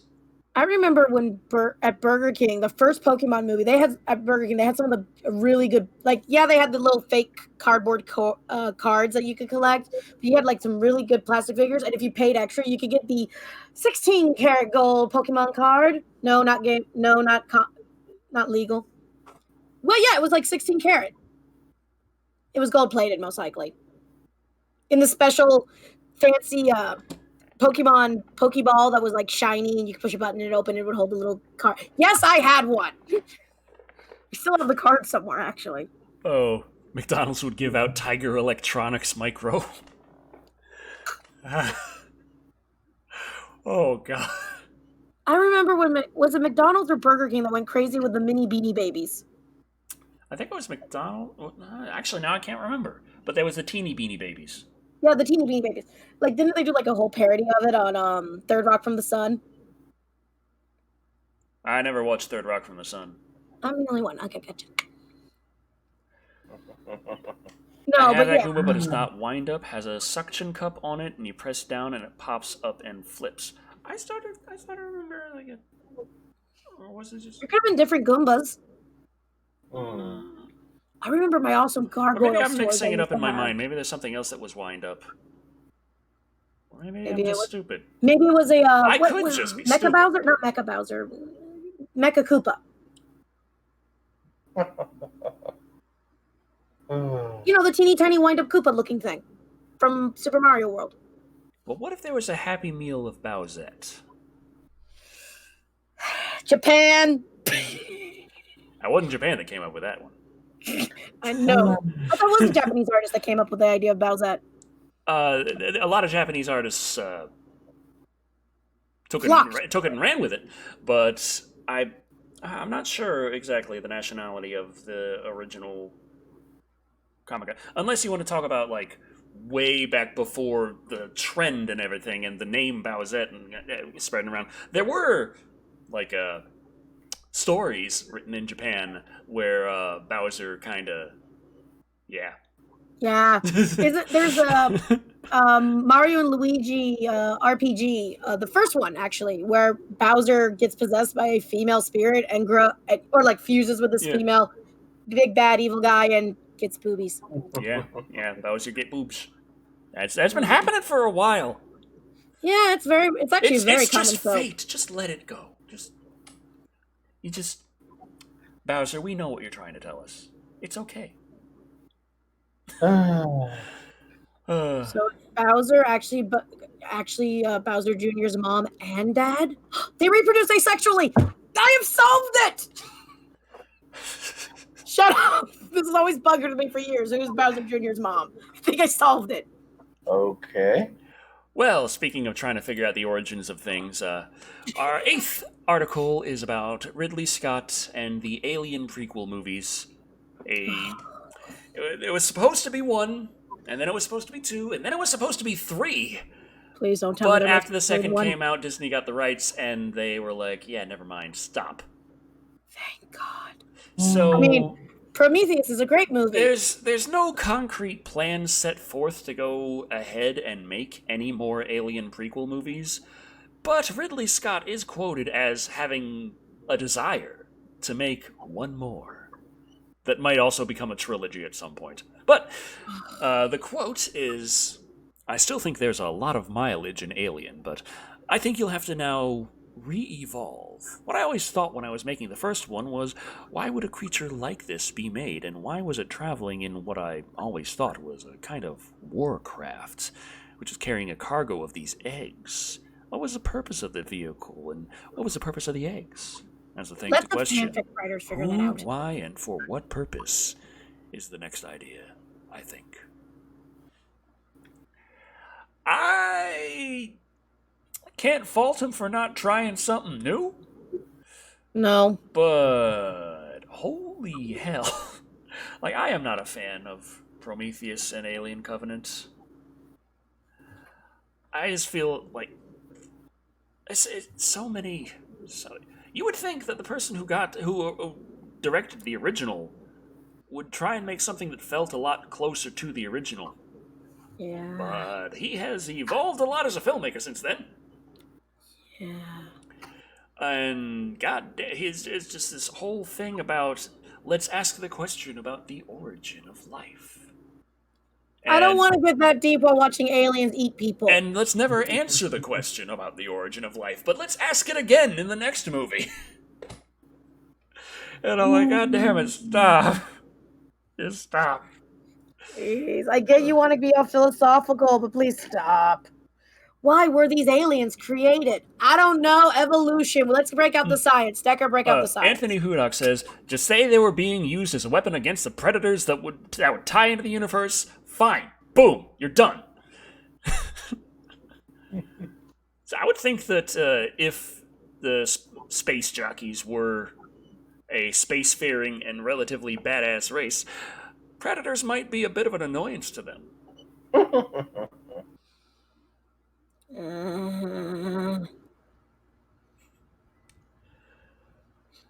I remember it was after I put up the Alien Covenant review, I think there was a long scathing comment about the state of the Alien franchise, and I believe I read that off on Live and Wired. You might have. So I don't want to look at the xenomorph and then have to think about Michael Assbender fingering the flute. I don't think anyone wants to think about Michael Fassbender fingering anything. Okay. I'd just like to point out that, again, Decker is the one who said that, not me. And Cat.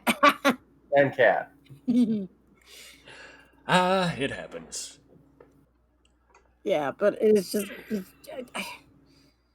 I don't know how to feel about the Alien series in its state that it is, to be perfectly honest, because, like, the prequels... I've always had issues with prequels. Dang, Star Wars Say prequels. they're bugs that got genetically altered? It's literally EDF now. Oh, God. That's what the aliens do, is they come to Earth and they take the bugs and then they make them big and then they put them back.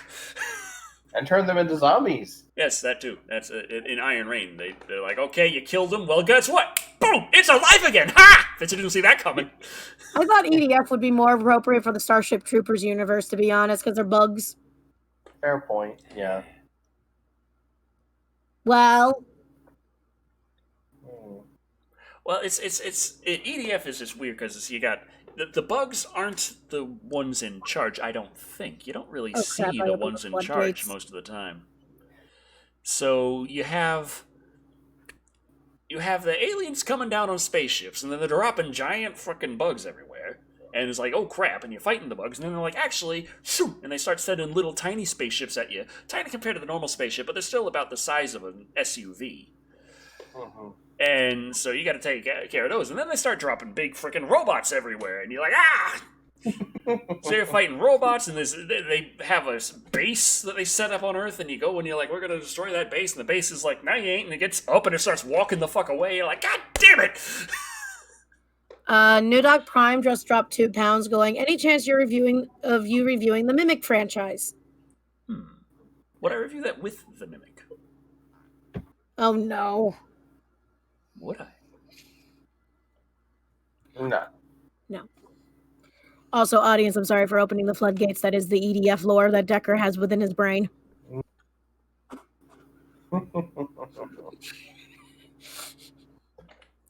Don't worry, I'll leave Decker alone in a room and I'll go over every bit of TF2 lore I know. And you know the wing divers are all female because you need to be psychic to use their weapons, and they're also all mostly naked because they have to keep their weight light to fly. True. I love when people just try to give an excuse of why everything's being naked. Just admit you wanted some nakedness. See, that's what I do in Iron Rain. I just run around naked. He really does. He runs around in either a Speedo or a jockstrap. Okay, I was about to say, is it like Saints Row 3 nude running where there actually is a floppy bit, but that's all pixelated? I don't think so. I haven't turned the camera around. Mm-hmm. So I'm just running around with a huge freaking gun with my ass hanging out, just like fighting all the aliens. Caprela's Artwear just made a comment. Alien versus Showgirls. Make it happen, Holly Weird. You can do that in Iron Rain. Who else thinks that the money should go to the Showgirls? I mean, they are very catty bitches. Yeah, that's true. I mean, give them some guns, and they're just going to be like... You know that scene in Spaceballs where the not Princess Leia gets her hair shot, and she's like, you shot my hair! Princess Vespa? Oh, Princess Vespa. I couldn't remember Vespa. Such an easy name. No, but you remember Princess Vespa was like, you shot my hair! It just goes all freaking Scarface on the enemy. Yeah, it was pretty good. Nardak Prime dropped 2 pounds going. For a girl. First is a Del Toro one. The rest are cheap rubbish. Like, how bad are we talking about cheap rubbish? Are we talking Asylum bad or Steven Seagal bad? Don't forget, Steven Seagal came up with some new movies and he's barely in them. Well, that's how you do it. That's how you make making a his Steven money. Seagal movie and it's tolerable. I didn't say it was still tolerable. Oh, man. Even barely having Steven Seagal in a Steven Seagal movie can't make a Steven Seagal movie tolerable. That's pretty terrible. Mr. Gigi reviewed a couple of them, and he's like, "Oh God." Although he actually then went on a side rant about how it's kind of annoying that people of Hispanic origins were being the evil people in it because he is of. Oh, a Phantasm remake. Who would play Tall Man? The Undertaker. No, wait, he's old. Oh, actually, The Undertaker would work. I was about to say, like, that's not a problem for the Tall Man. my brain farted. Hi, how are you? Cat hasn't had decent sleep in a few days. Can you tell? Can I just say Yao Ming? No, because he can't act. What does that matter, really? Just be tall. Just walk around and look at people. Decker. How about Christopher Walken? Oh. No. Did you not see him at the Peter Pan musical and how horrible his performance was? Well, Decker just said. Valid point. Why doesn't Decker just be the tall man? Well, because the tall man is a lot grayer than me. He has to shave his beard. Probably, like, if I cut my hair, it just, like, poofs up into a little tiny fro. Like, you know how my hair right now, everyone's like, you look like Weird Al? Well, you remember how Weird Al looked with short hair? Yes. That's how I look with short hair. Ah. Someone just said Danny DeVito. That's not... I don't know. I can't be intimidated by Danny DeVito. I mean, he's a great actor in his stuff, but I can't.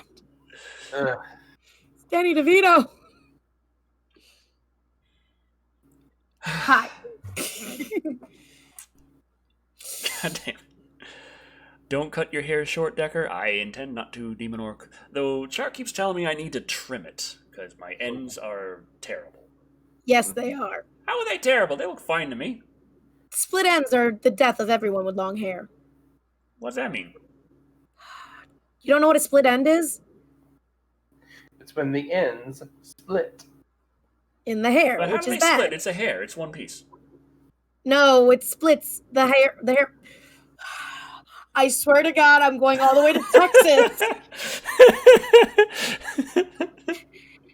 I'm going to teach you how to cook. I'll teach you how to properly use a knife. Teach you what split ends are. Good night, Max Lembeck. Thank you for joining us. Yay, thank you. Also, someone did a funny little man in the suit line that I want Decker to read. Mm-hmm. Anthony Hoodock said it. For the man in the suit, he's on the chair. The man in the suit, he has long hair. Oh, did I do boy. the pattern? Did I do the rhythm correctly? Oh, no, God. Cynthia Smoothshadow says, shave the beard? No. No. Just CG it out so you have Cavill's Superman lip. Did you know that someone... Okay, so you guys know about the programming ability that was used to basically fake female celebrities' heads on porn movies? Yeah, right. Deepfakes, yeah. Someone used that same technology and did a better covering of that hairy lip and made it a lot more realistic. I'm like, don't know how to feel about that. It's impressive. Well, it's better than the celebrities on porn. That's just weird. I don't feel comfortable, especially when they're like, that female actress is known for tiny boobs. Why'd you put her on a big boob porn star? My immersion. So we lost our monetization again because of Cat. Did either of you know about the other thing involving Cavill and Superman? Back when Superman Returns, right before it came out, there was something posted in the movies forum chat room. Back when before they came out, they would have their own website because that was the cool thing that kids were doing. I missed that. Demon Orc asks, Decker, did Charlie ever forgive you for not getting that toilet paper a couple of Live and Wireds ago? I have since then purchased toilet paper. Was it your brand? No. I got the absolute crap brand that was the only one they had at the time. And she doesn't want to use it because it's absolutely terrible. You bought dollar store brand, didn't you? It's the only one they had. Dude. That's what I was saying. Like, it needs to be Cottonelle. Thank you very much. And she's like, no, we're almost out. You need to get more. I'm like, but I don't want to get that. And she's like, you're getting it. I'm like, okay. So I got it. And she's like, this isn't very good. I'm like, I know. So I had to go get something else. They still don't have Cottonelle, but I got some Charmin. Charmin. Breathe in, Decker.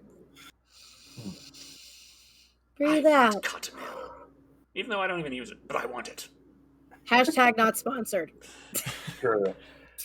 But yeah, the thing about Cavell and Superman was that apparently Cavell, when he had on the Superman tights, actually, I'm gonna bring that crappy toilet paper. I'm gonna show it to you. It's impressively bad. We now turned into a toilet paper review channel? I didn't sign up for this. Decker, you told me we would be covering entertainment news and doing funny little jokes, not reviewing toilet paper. That's nowhere in my contract. Okay. I don't think he heard any of that, and I don't think it would have mattered. So, No, it wouldn't for have. comparison's sake, here is some Charmin. You see, it is wonderful, nicely textured. It's just a fine little proper toilet paper roll. Here's the cheap crap. Oh, yeah. It is roughly textured, and look at the size of the hole. They made the hole big to give you less toilet paper. Oh, that's the stuff that they used to use in public school. And the hole, by the way, it's not even really even sealed in there. No. It is impressively crappy. That's the stuff they use in freaking public schools. Yeah. They can't get the big giant roll, and you have the little teeny tiny rolls. That's the stuff they get. Yeah. But yeah, the thing about Cavell was that when he was wearing the Superman tights, he dressed to the left, shall we say, and it was noticeable enough on camera that they had to go in and CGI the crotch out. Oh. Because when he was flying toward the camera picked up something. Man, super. So if he's dressed to the right, do you think it would have been as much of a problem? I don't know, but keep in mind this was about 14, 15 years before the shampoo bottle challenge, so neither of you knows what that is then. Not a thing. Not a thing. Yeah, Christopher Hensel, John Wayne toilet paper, rough, tough, and don't take shit off of nobody. That's a good one. Sponsored by little old ladies in Florida who are big fans of John Wayne for some dumb reason.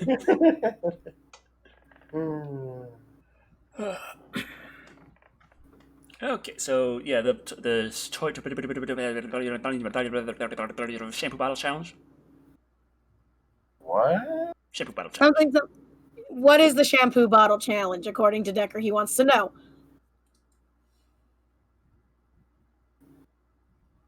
Creepy shampoo bottle challenge. What is it? It's when you find let's just say it's a way to hold a shampoo bottle that doesn't involve hands or feet, but it does involve a male appendage. Remember Justin Timberlake's Dick in a Box. Think like that. Essentially. So is this a balancing act, or is this something where you just kind of got to wrap it off and tie it? Put rod A into hole C. I just like it's like tie it off. Like there we go. No. Got it. Is it like putting rod A into hole B? If you catch my drift. That would burn. I'm glad Decker's concerned. Very true. Okay, so on to the topics of toilet paper and the amazing apocalypse that it signifies. The open world survival horror game Pamela is leaving early access on June 18th. What's Pamela about? Because all I keep thinking about is Pamela Voorhees, and I know it ain't that. It is nowhere near Pamela Voorhees. But yes, this lovely little game here with this man jamming his thumbs into this lady's eye socket. Oh, nope, not looking. Eye stuff. Just beautiful, really. I love video games. We have a $5 donation from My Seeker 2. Creepy. Do you think you would do a review of any of the Godzilla animated series? Kind of want to see your reaction and view to the 98. I like the... Oh, You just want to expose me to Godzuki again, don't you? The 98 animated series. I don't think they were Godzuki. Oh wait, no, 98. No, I actually liked the 98. Yeah, a lot of people have good things to say about it, but of course, the cartoon series didn't do too well because the 98 movie exists. Actually, it didn't do like spectacularly, but it was better received than the movie was. Yeah, that's. But I mean, it's like if the movie hadn't been holding it back, it probably could have gone on longer. Right. They actually have Mechagodzilla in that, as well as a lot of other things. They actually talk about. Do you remember how in some Godzilla movies they talked about aliens? Mm-hmm. The aliens are in the 98 one.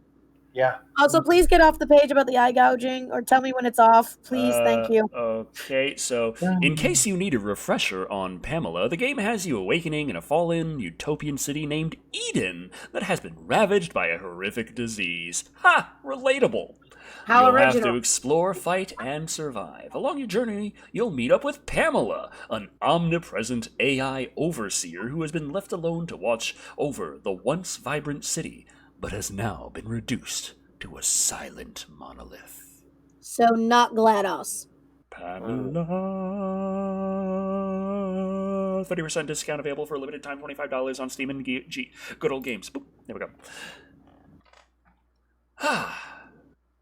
Is the eye gouging gone? There's certain things Cat can't stand. Okay. Decker, you monster. So, yeah. Can't compare whiskey to vodka. I feel like vodka is just... I get used to it too easily. Remind me to... Vodka is like the worst alcohol for me because I will... Like, I'll drink it one day, it'll be fine. The next day, I'm not going to feel a damn thing, and I'm going to just drink and drink. Like, why am I not feeling this? It's water. And then I'm not going to get drunk, and the next day I'm going to have a ridiculously painful hangover. I'm like, well, that was a big fucking waste, now wasn't it?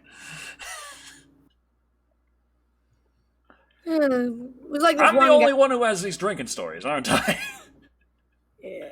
No, I have friends. I have stories that I've learned from friends of friends and their drinking habits. I'm a friend of a friend.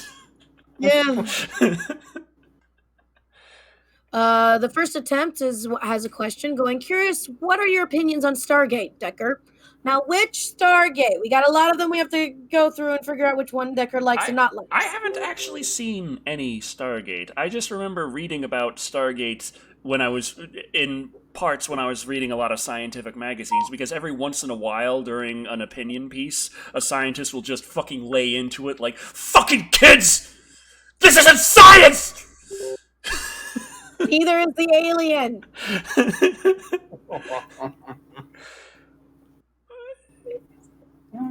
It's fun. It's like how I watch horror movies and go, that person could have survived that stab. I mean, he's going to feel it in the morning and he's not going to like the rest of his life, but he'll survive from that stab. I think it was one of the Halloween movies where a lady got stabbed through a window. Michael just came out stabbed from him, and they're just immediately limp dead. It's like, no? Being stabbed to death is an absolutely horrifying thing, partially because of how long it fucking takes. Alright. Especially if you go for the kidneys. Because then your kidneys start having failure. Ooh, yeah. Pretty much. Oh, also, Crossbow, Indiana. Nah. Says, drink a glass of water before bed after a night of drinking. It helps stop the hangover. Oh, yeah, hydration. Hydration helps. Eating something really greasy while you're actually getting drunk works. Because I was drinking that can help absorb some of the alcohol and keep it from getting into you. Yeah, I remember eating a lot of freaking smoked pulled pork while I was drinking, and everyone was like, "Oh, I'm so hungover." I'm like, "I'm fine. I'm great. Any more of that pulled pork? I liked it." I just remember last time I was with Thick Black Daddy, I got ridiculously drunk. And what did you learn from that? Funyuns do not work as well as pulled pork. It was either pulled pork or brisket. I can't remember. And it was fatty and it was either delicious. way. A Funyun is just not going to do it for you. So the next time you go to pick Black Daddy's, you buy pulled pork or brisket. Or really fatty, greasy bacon. We do have an article here that I actually wanted to read. Okay. You may. It's a bit from CNN. Oh no. Wait. Is it that article? It's supposed to be like pro video game, but it's written by someone that I just read a couple of sentences and stuff. I was getting ready to do the little summarization for the show, and then I was just reading this, and I was like, how out of touch can you be? Please read it. So this is Article 11. I have given it the little title, Boomer Discovers Video Games Aren't Pure Evil.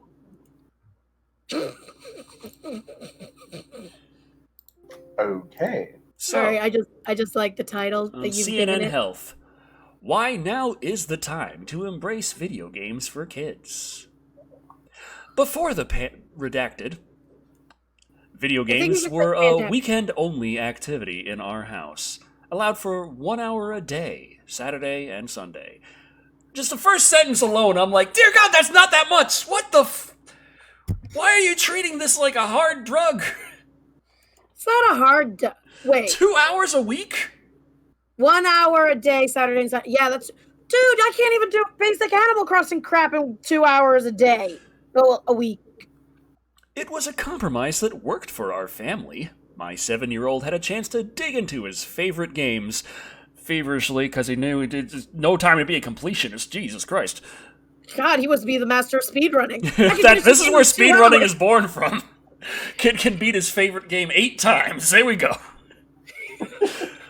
Kid, how are you able to do this? My father was an idiot. And we parents felt like we were putting reasonable limits on an activity about which we were somewhat ambivalent. Somewhat. But and now he's playing them daily. To watch mind-numbing television. And I wouldn't have it any other way. In this lonely, redacted world, we still want our kids to get together to play, and they do too. Unlike us boring grown-ups, they don't get much out of chatting in group texts or through FaceTime. Or even those work Zoom meetings. The kids can't just Zoom and be all happy with that. Oh, these little... I have a hand raised for a question. I'm an adult. I don't get the most... I mean, what I'm doing here is fine. I've been feeling personally like I need to socialize a lot more. It's been kind of hard on me, a lot harder than I would have imagined, just because I don't see anyone anymore. I don't interact with people whatso-fucking-ever. I go through my social media, I do chats. That does not scratch the itch. Human contact is important. I would be the last person to ever say it, but I'm fucking saying it. Same here. Oh. My therapist actually theorizes the reason why I'm feeling as crap as I am right now is because... Oh, God. Ken Navy says, I need Mario directly injected into my veins, goddammit! And Patrick Johnson says, smashes through the door with a VR headset on, I'm on drugs! God damn it.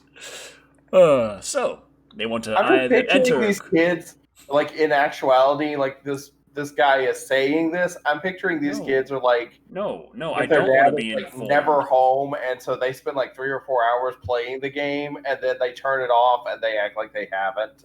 My issue is, like, okay, humor me. What else are you having these kids do beyond the 2 hours on the weekend? I mean, like, unless these parents are those types of helicopter parents who like to give their kids things like, you're going to do soccer on Monday, violin on Tuesday, chess team on Wednesday, Thursday you're going to go and do choir. You know, unless they're one of those parents, you're okay with them watching the quote unquote violent television? Okay, I don't get it. People annoy me. But they want to enter collective imagined spaces and discover the elastic possibilities that await. What the fuck? Only there, somewhere deep in the Unreal Engine 5, baby! Are they likely to start exploring, creating, and importantly, connecting. Like most kids around the world, it's been a long time since my son has been able to battle bad guys, travel to faraway lands, or rescue animals with his friends in person. What the fuck are you kids doing? What game is that dealing with rescuing? What's the original Sonic you saved little woodland creatures? Yeah. But thanks to video games, all is not lost. Nearly every day for an hour, he joins. Goddamn, that's still a hell of a limitation. An hour. He and I used to make joins fun his of fr- parents who did It's that. like when an I hour wake of up, I play games for an hour, and then I continue my day, and then at the end of the day, I play games for 5 hours.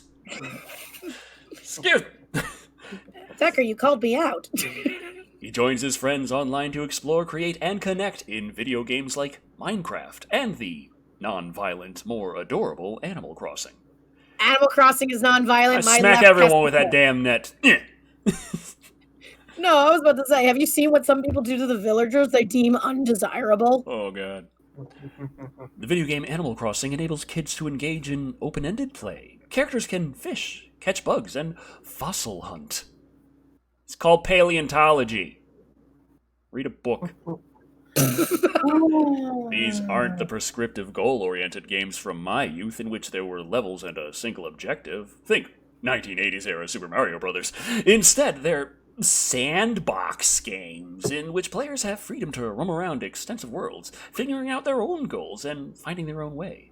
Yes, it's virtual, not real. Still, these video games remain one of the only ways our kids can learn the kind of social and emotional lessons that they are otherwise missing out on right now. The Redacted is giving us a chance to see the benefits of video gaming for 1 hour only. They're significant and something, fear not, son, I won't be forgetting when the world reopens. Okay. I'm gonna have to. Yeah, this goes on for a while, talking about how, games exist and you can do things in them, and it's weird. It's not just Pac-Man anymore. I'm surprised. Also, that also means that some games with an M on the box, you probably shouldn't give it to little Jimmy. Welcome to the 21st century. We have much technology to show you. Yeah. No, but it's like, what was I going to say? Frack, I had something about this.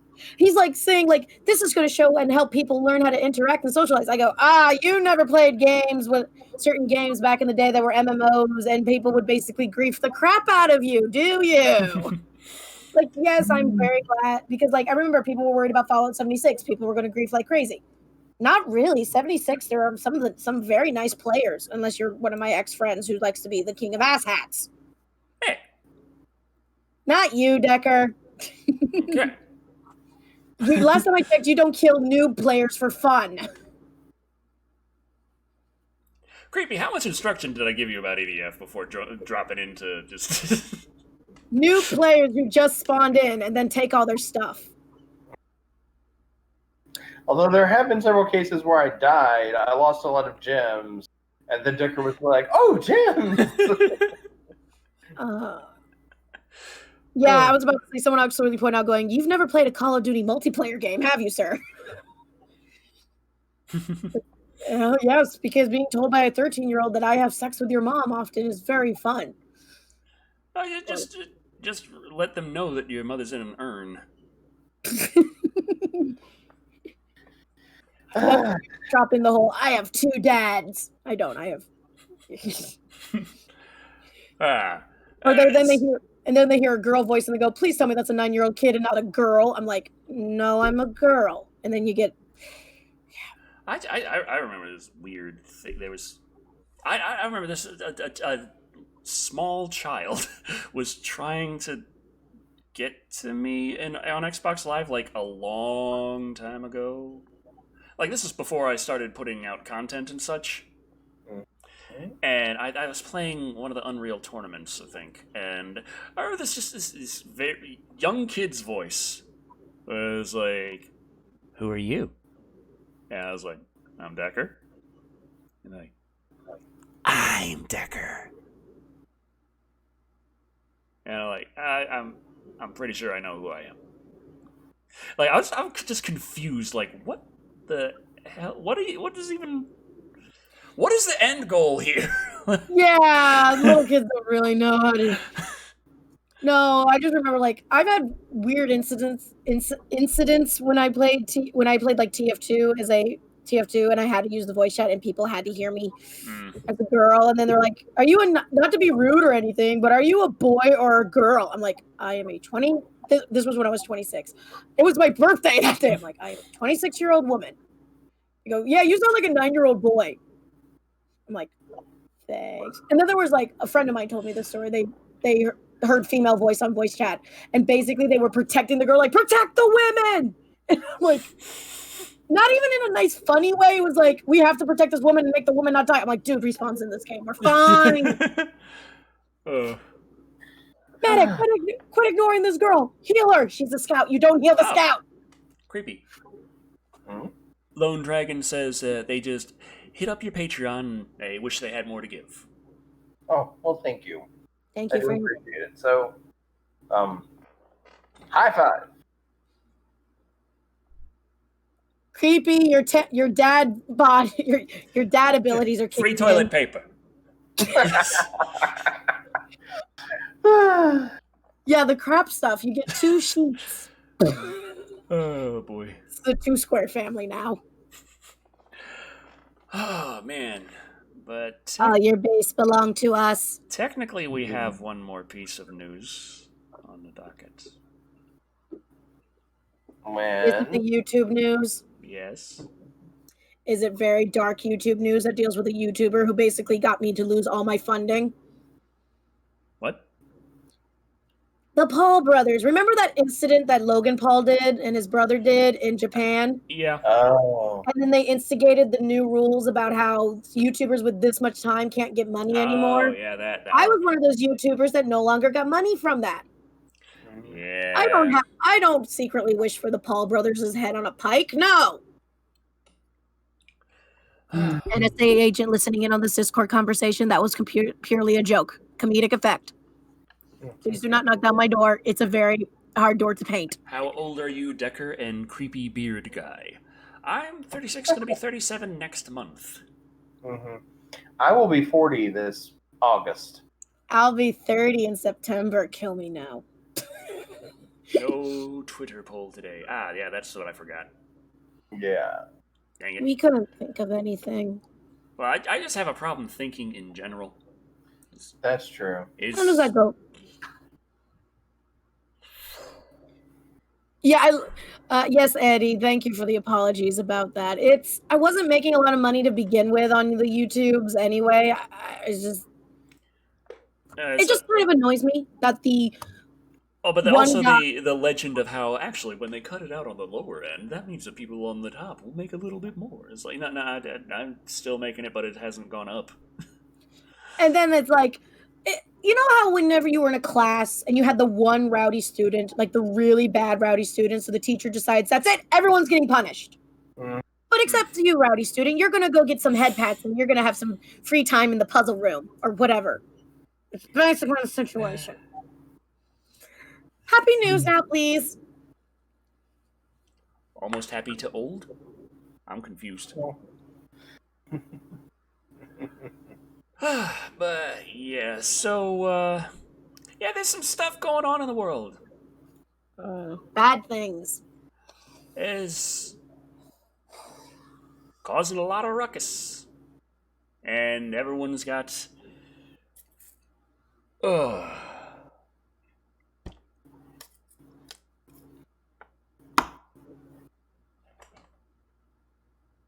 What I think is funny, to an extent, is that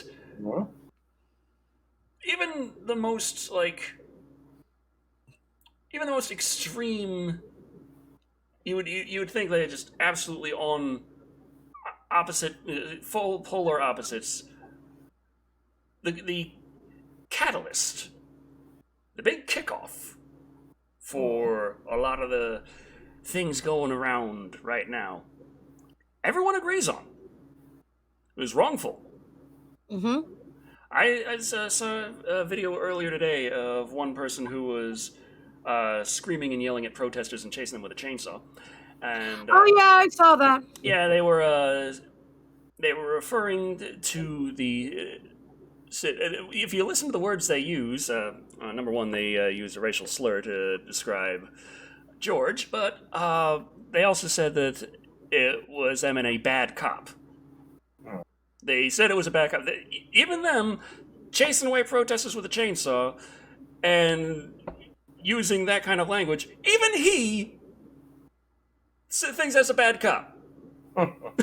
There's a lot of bad cops in the system, and we need to take care of it. And also, if I may, someone actually did the math about this. Do you know how much, with the cost of all the riot gear that one cop gets, we could be able to give 50 nurses special, biohazard gear for the issue that's going on right now. The other issue, the older issue. And it's just like, people were showing, like, this is what a rubber bullet looks like. It's actually shot out of a grenade launcher. And I'm like, what? Yeah, that's actually interesting, because technically speaking, that means that's not necessarily civilian legal. It would have to, in order for it to not be considered a destructive device and something on the same in the same category as a rocket launcher, or a grenade, like an explosive grenade, in order for it to not be considered that and not have the same kind of tax stamp to it for civilian purchase, the diameter has to be less than half an inch. It's not. It's big. It's real big. I legitimately, for a long ass time, thought it was like the standard size of a standard bullet, for a police. So what, a 9mm? Yeah. It's not. Apparently, you're not supposed to actually hit people with it. You're supposed to hit it at the ground and it bounces off and causes people to jump around. Holy shit! We just got a giant donation. Oh my! Christopher Henzel gave $150, going, great show tonight. Always have been a great time watching. Now go get some dinner toilet paper. Thank you very much. Thank you. I will get the Cottonelle. The Cottonelle purple.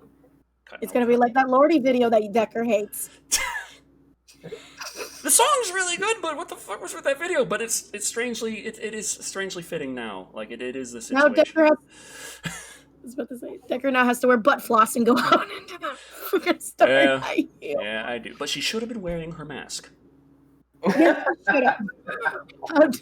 My one criticism. No, but it's just. The news with YouTube is that Jake Paul, he went out, and he was there with his crew, who was filming, and I haven't seen all of the footage with Jake Paul and everything. According to him, he wasn't looting or participating in the riots in any kind of way. He wasn't destroying property, any kind of stuff like that. He was just there to show support and document. Mm-hmm. And it's like, I've never really thought of Jake Paul as a documentary channel, but I never even thought of that. He's a zany life vlogger who uses really annoying sound effects. So, yeah, he was charged with criminal trespassing and unlawful assembly. The protests and everything were declared by the city at the time, the city of Scottsdale, Arizona, which is quite a ways for Paul to go somewhere. And there were more local protests, weren't there? Yeah, in California? Oh, shit, yeah, there were a crap ton of... Yeah. So, so he's charged with unlawful assembly and all that, and he's saying he's fully in support of the protests and not the riots and or the looting. All this stuff. He said exactly what he was supposed to say. I haven't seen enough footage to really say one way or the other. I will say that he said that from the footage I saw, he seemed to be hanging out around the rioting side of things a bit more and making some crass comments, but I didn't see too much. I can't really give a definitive judgment, Yeah, he's just one of those people who basically saw an opportunity to seem, to be able to get a little bit more traction because, this event is happening. It's like there were Instagram models like posing at protests in like really fancy clothing, getting pictures done. Yeah, I saw the one video of one I don't even know who it was, but it was someone. They were posing for pictures. Like they're there with the other person. They've got their little drill, and they're there by the plywood. Like, hey, we're helping, and they just get there, pose, the picture's taken, and then they just put it down and they leave. Yep, and give it to the guy and go, "Thank you for letting me do this picture." And I'm like, oh, did you hear about the one woman who was trying to make it all about veganism on TikTok? She was basically saying, yes, we should be worried about this. But she then compared the way she sounded. Voodoo Roll says, my daughters were out protesting yesterday. I was terrified of looters, rioters, and cops alike. Shouldn't be that way. And I agree. Yeah. And also, I personally differentiate between protesters and rioters and looters. Yeah. Right. As there's a lot of, like, I mean, I've been very silent about this over the entire course of it, and I generally do not get political on my channel. I feel like it's not the place for politics. I like to think of this as sort of a reprieve away from it. Yeah. Like I'm still trying to piece everything together, figure everything out myself, collect absolutely all of the little information I can, and like there are channels that I follow or channels that I pay attention to that I don't necessarily agree with everything they say, but still entertaining enough to check out. And some of them have come out with some pretty shit takes, in my opinion. Oh boy. So it's just like, yes, looters steal stuff, Andres. They steal. Yeah, then there's the whole thing is like, well, is it just about George Floyd? It's like, not really. No. There's a lot of shit going on right now, and there's been a lot of shit that's gone on for a long fucking time. A lot of people have a lot of things going on. There's protests that are... It's like the police officer who... did the thing. We've all seen the video. Straight up murdered George Floyd. He was charged... He was arrested before the protests started. But in my opinion, that's not really saying, oh, well, then the protests shouldn't have happened. I feel like it wasn't that would he get arrested or not. It's the fact that it happened in the first place. Everyone saw it. Everyone agreed that should not have occurred. Yep. Right. But it did, and that's just normal. And it shouldn't be. No. And so you should organize peacefully to take a stand. You should not turn your local main street into supermarket sweep. Yes, but that's the differentiation between the protesters and the rioters and the looters.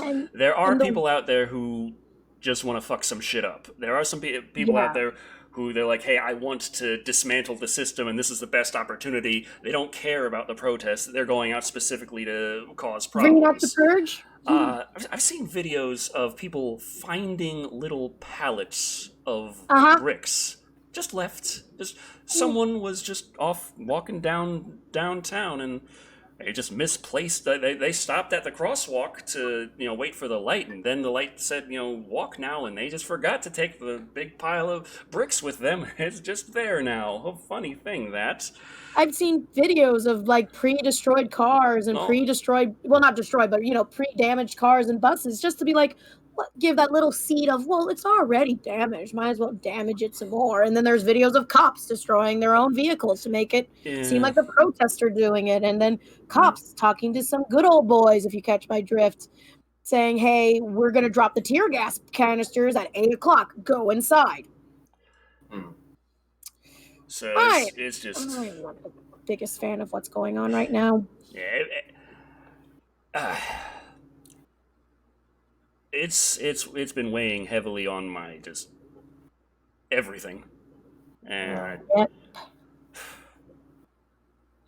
I've been researching more and more about like all the numbers, all the laws, and what's going on. And the biggest thing that came out of it for me was, and the biggest eye opener for me was this law that actually existed longer than I have. 50 years. It's been on the books for about 50 years. Interesting timing. It was first enacted in like 67, and then it was strengthened in 1980. What can you say off the top of your head that occurred around those times? Little Rock, Arkansas, LA riots, Black Panthers. It's a little law called qualified immunity. Oh no. It's, in case you're wondering, it's like, why would the police just like casually just pepper spray a little kid walking by? They have immunity. Well, if no officer has ever been charged with wrongfully pepper spraying a little kid that's walking by, then how is he supposed to know it was wrong? I mean, there's the Constitution, but that doesn't apply. The Bill of Rights effectively doesn't apply to police action with qualified immunity. And this is a thing that has shocked me that I didn't even fucking know this. I learned an interesting fun fact about the Black Panthers. Well, the Reagan administration during the Black Panthers. Reagan, if I'm remembering this correctly, instituted a lot of gun buying laws per se when the Panthers were becoming more predominant and more, action based. But then the laws started slowly getting lax because the Panthers were no longer around. They deemed it no longer being threatened. And then riots happened. It happened again. And then due to these laws, there was a reason why Walmart, you could buy hunting rifles. But now Walmart's going, we're no longer going to sell hunting rifles for the safety of protesters, for the safety of people because of the protest. I'm like, so Walmart, you worded that wrong. Yeah, one thing is like that particular law. It's actually up for reevaluation by the Supreme Court. It was supposed to be reevaluated a few months ago, but they've been kicking the can down the road. Oh, I wonder why. And it's just that's the thing where it's like the protests are very important, and the riots, I don't see the police as having much of an issue with the riots. Because they're having fun. When the riots happen, that's been historically something that has strengthened this law. Like initially, in the initial 1967 rendition of it, the idea of it being, oh, well, we got to protect our police officers from getting sued for every little thing they do. If they're really trying to do good, then it shouldn't matter if what they did was technically against the Constitution, if they believed in their heart of hearts that it was actually the right thing to do. The 1980 revision says they don't actually have to think they're doing the right thing. It's just, as long as no one else has been charged for that before, then how were they supposed to know?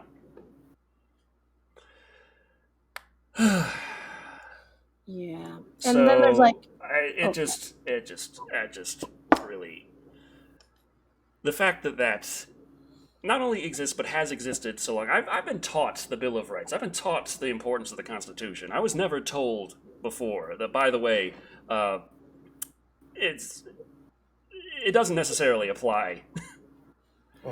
It's the law of the land. It's like the America Bible, but Yeah. Yeah, basically. And I just remember when I was younger, when you're in school, the teachers make you do hey, what do you want to be when you grow up? And, they read them out loud. I remember when I was a kid, a lot of kids who were bullies were either wanting to be police officers or nurses. And then so I talked to one person about that, and they go, yeah, that's because it's a quick way for them to be able to have power over something and, have that, that feeling of control. Thank you. The big thing, people, the big thing is riots scare people, and then scared people want to just make it go away. And the easiest way a lot of people think to do that is just give more power to the police. Please don't. But the whole reason a lot of the unrest is there is because of the police lacking accountability. The fact that it's been so long where this just happens and oh well. Yeah. And that's how we've been conditioned to think. And I'm sorry. It's one reason why I don't like getting political, because I just don't like it. It strains you. I get what you're saying. I've been strained, I like the channel to be a reprieve. Happy. Yeah. something talking about just entertainment. And it's really difficult right now because it's fucking everywhere. It's the world we live in. It's at what point am I just putting my fingers in my ears and going la la la la la? I remember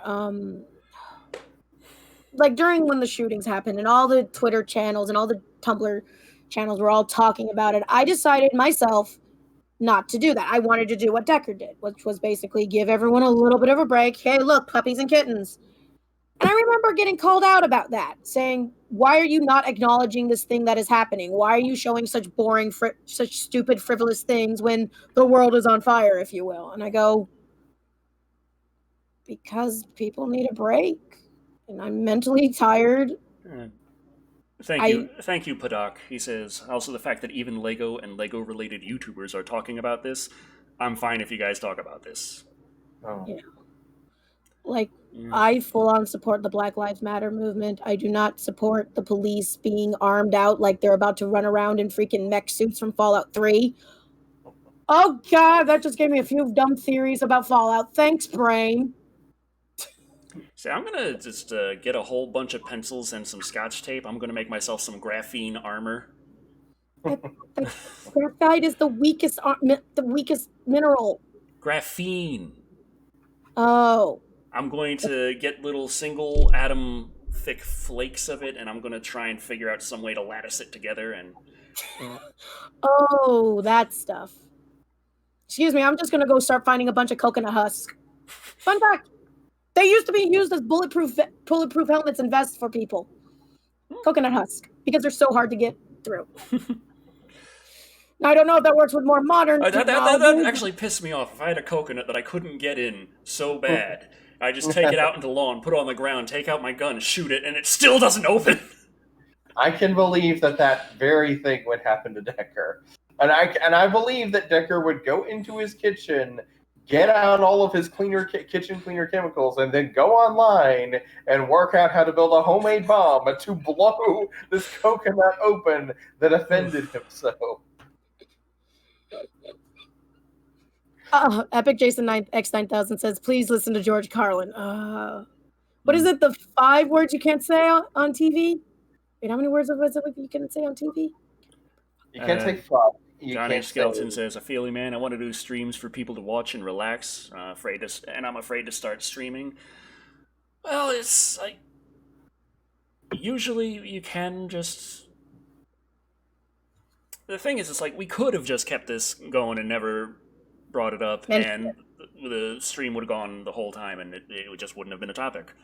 And that's how it would go. It's just this has been a thing that has been eating away at me this whole time. It's the elephant in the room. I'm going to say the stop motion in your last video was hilarious. I tried. Did anyone catch the hand that was intentionally left in? Yes, I was about to message you going, Decker, there's a frame with a hand in it.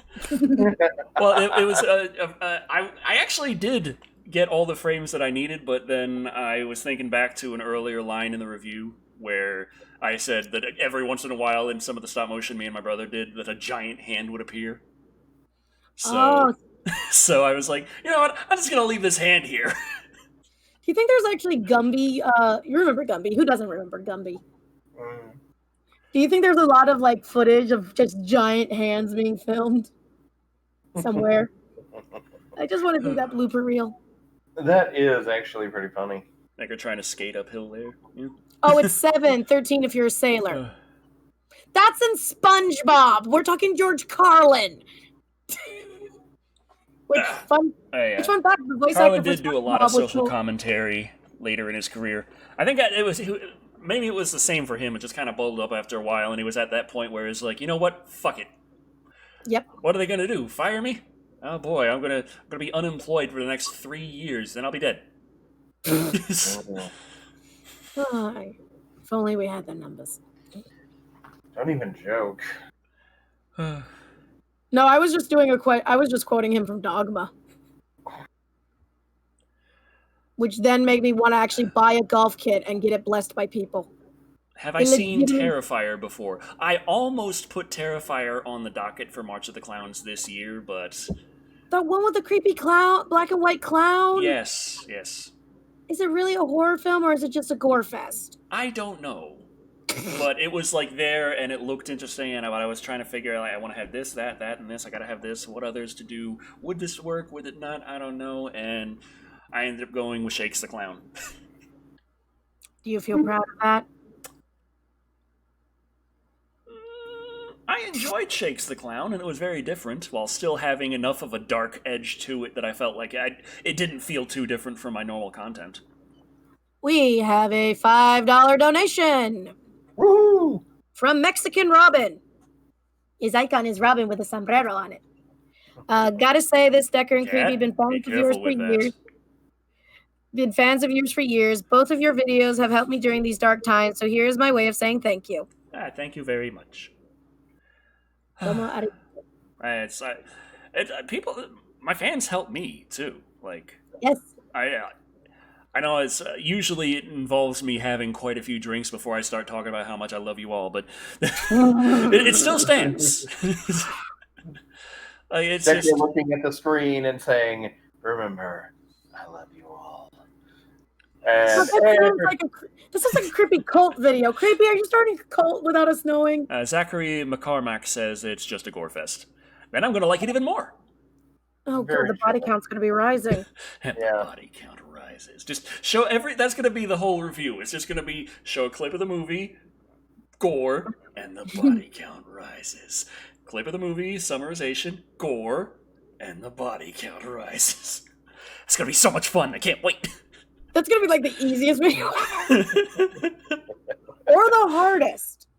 Because sometimes the most simple things are very hard to do. Ask any martini maker. Decker keeps trying to say his line, but gets interrupted. This was supposed to be the easy one. Shut up! Hi, Decker. What are you doing here? You don't have a camera anymore. Don't care. Oh, yeah. George Carlin was the narrator for the American version of Thomas and Friends for seasons 1 through 4. I remember that as a kid. I was like, when I was a little kid, I was like, ah. And then the adults were laughing when pointing it was George Carlin. I'm like, what's so funny? You'll understand when you're older. I just bought a copy of Shakes the Clown at the dollar store. I hope you enjoy it. There was a lot of jokes that I just didn't cover in the review for time and the fact that I couldn't think of a better joke myself. So it's kind of hard when you have a comedic movie and you do comedic style reviews, because if my joke isn't as good. That's why Decker hasn't been reviewing a lot of comedies lately. I'm riding these coattails. Oh, boy. Mexican Robin asks, Decker Shadow, have we figured out if we will have a fan P.O. box for fans to send DVDs and stuff? Oh, I hate that. I don't know, because like things were looking a little bit better earlier, but then, you know, the channel has just been kind of suffering lately. And, like, I'm not doing so bad. I'm still making more than I was at Kroger. But I'm not doing enough to really get a decent-sized P.O. box. And a P.O. box is an expensive thing. Like, I'm not looking at a P.O. box like, oh boy, I'm just going to get this set up and people are going to send me so much stuff, I'm going to get free shit. Like, no, P.O. boxes are really expensive, and I know there are fans out there who do want to send some stuff in, but understand that I'm assuming I'm going to get 3 or 4 things a year, and it's going to cost $400. This is where I go, Decker, do the con circuit like Jacksepticeye and just collect all the gifts and do an unboxing video when you're back up the con circuit. That's the way you do it. Oh crap! I gave Decker ideas. Okay, so Decker, I saw him at his convention. I was there for the How Did We Get Here tour in Houston. There was a lady behind me screaming so loud I got tinnitus. Okay, Decker, as your manager, co-manager with Creepy, you're going to go to all the Florida conventions. But then the alligators get me. The alligators will not get you in Florida. You have a Floridian to protect you. But I just know that in Florida, they just let the alligators be. That's just kind of how it is. You're not supposed to do anything with the alligators. So I'm just thinking, like, I'm going to be sitting there at a Sonic, eating a burger out on the little dining area, and an alligator's just going to walk up to me and then start eating me, and I'm going to be like, and all the people are just going to be like, oh, you shouldn't have fucking been sitting there. Okay, first off, they don't really go to places that have high human traffic, so a Sonic is not going to be You don't do anything to stop him. You're just like, it's not going to really show. Decker, too. You sit in the car. The point is, this can happen. The alligator is not going to carjack you. They do in Grand Theft Auto with the animal mods. Yes, Decker. The seagulls steal your car. It's the pinnacle of reality. Oh, we gotta play more GTA, by the way. Yeah, don't trust the Floridian who's been living in Florida since forever. Yeah. We still never played tennis in Grand Theft Auto. Or golf. Yeah, we can golf as well. I will also say that I have been to Florida multiple times, and I have never gotten eaten by an alligator. I've never even seen an alligator when I went to Florida. Have I eaten an Kat's gonna keep her mouth shut because she has actually seen alligators at the alligator shows and at Gatorland. And I think I have eaten alligator before. Just fried gator bits, you know. Tastes like fish. Yeah. Oh, fun fact. There's a funny sign at this gated community that I went to. GTA Florida, that's Vice City. Vice City is based on Miami. Yeah. But there's a sign at this gated community that I used to go to because a friend was there and they had a pool and we could swim at the pool in the summer, or in the winter. But it basically says, and I quote, "Do not harass or molest the alligator." I understand the first half of that sign. I still don't understand who's been molesting the alligators. Damn it, Cletus, get out of here! Gated community. I understand in principle what the sign means, but it just makes you ask more questions. There has to be at least one, because there's a set of screws that are like really fine screws for electronics, and it clearly says on the back of the warning labels, do not insert into tip of penis. So there has to be at least one guy who has done that. The whole of the penis. Lone Dragon says alligators eat golfers' hands. Saw a movie about that once. Yeah, that was Happy Gilmore. No, actually, alligators at golf courses are pretty common, and people are just like, oh, yeah, just let him walk through. Just ignore him. Just let him walk through. Don't feed him. We'll make him used to humans. Watch out for Florida, man. Molesting the alligator. I think they just misunderstood Steve Irwin. It was just a wrestling match. Yeah. Hey, Decker, we'll visit Florida. Wait, have you seen Steve Irwin's son? Yeah, Steve Irwin has a son and a daughter.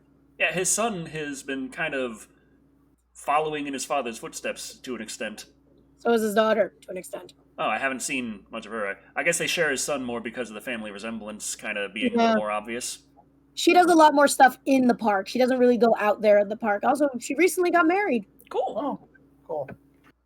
But no, Decker and I go to Florida like Cat commands, and then while we're there, I have to remind Decker, do not molest the alligators. Do not put your penis inside of an alligator. I just know I'm going to be eaten by an alligator, and no one's going to do anything about it because it's Florida. You're not supposed to.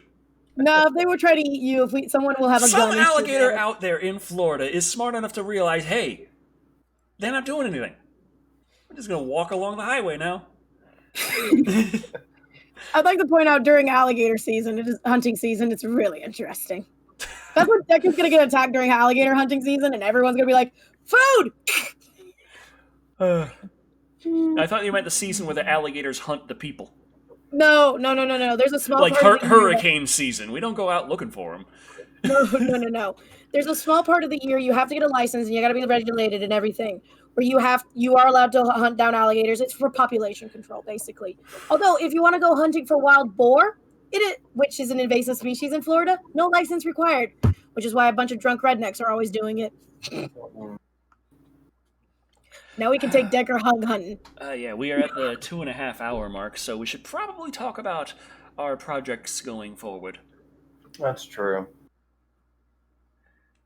Oh yeah, Lone Dragon says she has Bindi has a show called Bindi the Jungle Girl. Wasn't that when she was like a little kid though? Is it still a thing now that she's a grown ass adult? I'm not sure. I'm not Googling. My phone's over there and I'm not near it. Okay. So, GTA, Grand Theft Auto, Gator Theft Auto, I actually like that. Grand Theft Alligator. You play as an alligator who goes around stealing cars. It is a beautiful day, and you are just one naughty alligator. It's nice that you can just walk on the golf course, and that's just normal. Yeah. Whew, freaking dinosaurs. It's so funny when you see people who are not locals react like, why are you not reacting? Dude, that's just Phil or Ted or Birdie or Bogey. I've heard weird names for the golf course alligators. So it's just like, just let them pass. Eddie Herder saying, more streaming from Decker. Well, that's next week. Yes. If everything goes according to plan. I'm still waiting for the file. Yeah. Still waiting. Which I will be sending. I'm actually thinking I might do that tomorrow. Get the movie ripped and then send it to both of you. I do have a question about that thing that I said. Speaking of projects we got going on, about that stuff I sent to you, Decker. When do you think you'll be sending it back to me? Did it arrive yet? It should have. I mailed it off on like Tuesday, I think. Remember, during these hard times, we have please add an extra 7 days to sendage. I'll check the mail tomorrow. I haven't been actively checking the mail, but the mailbox is shared in the house, in the big house, and I was assuming that if anything came, the big house would tell us. So basically, you knew I was sending you something, and you didn't check the mail. I was checking the mail for a few days to get my 2 Unlimited CD. I got Hits Unlimited. Now, I'm jamming to the real thing. Uh-huh. Wow, that 150 super chat is still up. I'm sorry. Red thing distracts cat now. Yep. Yeah. Which King movie are we drinking to? The Stand. Please, Lord, help us. At least part 1 of The Stand, anyway. We're not going to try maybe part and watch of part all 1 of The Stand in one sitting. We're going to see how much needs to be chopped up. It might be a 2-parter, it might be a 3-parter. I think we can make it work with a 2-parter. Yeah, but I'm going to have an angry fiance. Fork at War 98. Yes, I have heard of the skunk ape. I am very well aware of this. Skunk ape is basically Florida's Bigfoot. It's a giant gorilla-like man creature that stinks to high heaven. Smells like skunk cabbage, basically. Pudok says 2 Unlimited? God damn, there really is no limit. She sounds like Tamara from Channel. I do not sound like Tamara from Channel Awesome. I do not. I refuse. I'll take you sound like a 10-year-old boy over that. But yeah, anyone have a favorite 2 Unlimited song? Which one's 2 Unlimited? Well, for reference, I'll mention their least favorite song of mine because it is played at literally every sporting event ever. That would be. You are aware you're talking to a person who doesn't go to sporting events, right? Yeah, I know, but you definitely heard this one. 2 people who don't go to sporting events. Wait, correction. I've been to a convention Quidditch match. Does that count? Okay, the song Get Ready. Nothing. Get ready for this? Oh, that one. Y'all ready for this? Yeah. That's played at literally every sporting event ever, and therefore I just cannot stand it. It's also played in Space Jam. Yes. That's 2 Unlimited. Oh. I personally, I really like The Real Thing, and Twilight Zone is always a nice one. Everyone's saying Twilight Zone in there too. Zachary McCormick said that. Oh yeah. I have been watching Twilight Zone, and it is good. Sadly, Contrast is not on the CD I got. I got Hits Unlimited because it had the most actual different songs in it. There's a lot of times the 2 Unlimited CD has 3 songs 4 times, and they're all remixed. And here's the instrumental. I was like, thanks for the instrumental of the electronic dance song.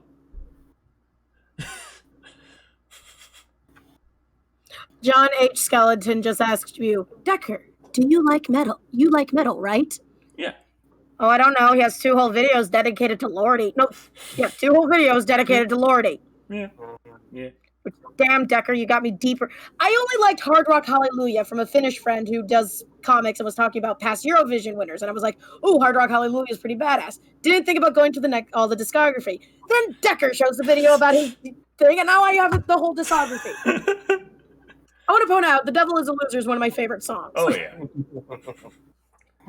Decker likes that song too, so. And Evil Love and Horrification and, what was that one? That's Super Beast. Something. Crap. Superman Stars? No. I think it starts with an S. I have to look at my music later. I made a favorites playlist. I'm not looking now. I'm thinking. Oh, God.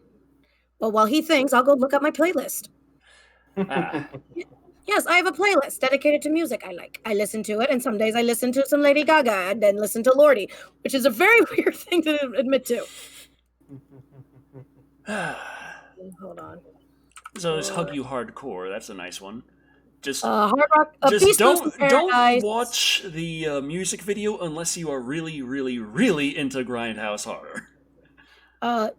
Beast Loose in Paradise. Sorry, I was thinking Super Beast because it has the word beast in it. Super Beast was Rob Zombie. Yeah. So next week we should be doing The Stand as the Stephen King drinking game. Mm-hmm. At least part of it. Oh God, kill me. And what else I got going on? Well, Creepy and I are still playing EDF Iron Rain. I thought we were going to beat it last stream, but as it turns out, one of the levels was insane. And we also went into it without any long-range weapons, and we need to take down dropships as one of the main themes of that level, so after about a half hour of everything killing us, we're like, well, never mind, let's try this again. So we get the long-range weapons, we went in, and then it was still just running out of lives. Actually, we didn't actually... when we won, I think both Creepy and I were dead. Mm-hmm. And the timer was ticking down 30 seconds, and if it ended, that was it, game over, and we had one big guy left, and Numbers had to finish him off real fast. Andres Caldron Sanchez goes, quick, someone play Hard Rock. Wait, sorry. Quick, someone play Hard Rock to make Decker headbang. No, because if Creepy and Decker headbang, that cause a rift in the universe. I remember this. But yes, the so and also I learned you can headbang on your penis. Thursday, Creepy and I should be joining up with Numbers again to actually finish EDF Iron Rain. We got 2 levels left. I think we'll probably be able to do it. Probably. And then there's the DLC after, so we will still be killed over and over again for your entertainment. Right. And beyond that, next review I've got coming up is a Rob Zombie flick. Oh, goody. Speaking of zombie. Which Rob Zombie flick? 3 from Hell. Oh, no. So it's going to be lovely in full fat 4K. I'm on drugs. Wish would have called the last drinking stream. I don't know. I feel like the drinking streams are still. Maybe they age better than the normal Live and Wireds. I mean, Live and Wired. I've always wanted to be about audience interaction to make it have a purpose to be live, right? And also, have some kind of quality to it that allows it to still be enjoyed after being live. But I don't know how well. But I feel like the drinking game, you can fire that up anytime, have the movie, follow along, and it still kind of works to an extent.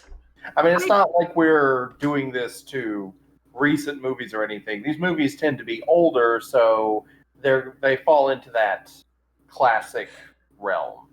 Orchid War 98 says, "We're on drugs!" And then Lone Dragon says, "Cat, I'm doing drugs!"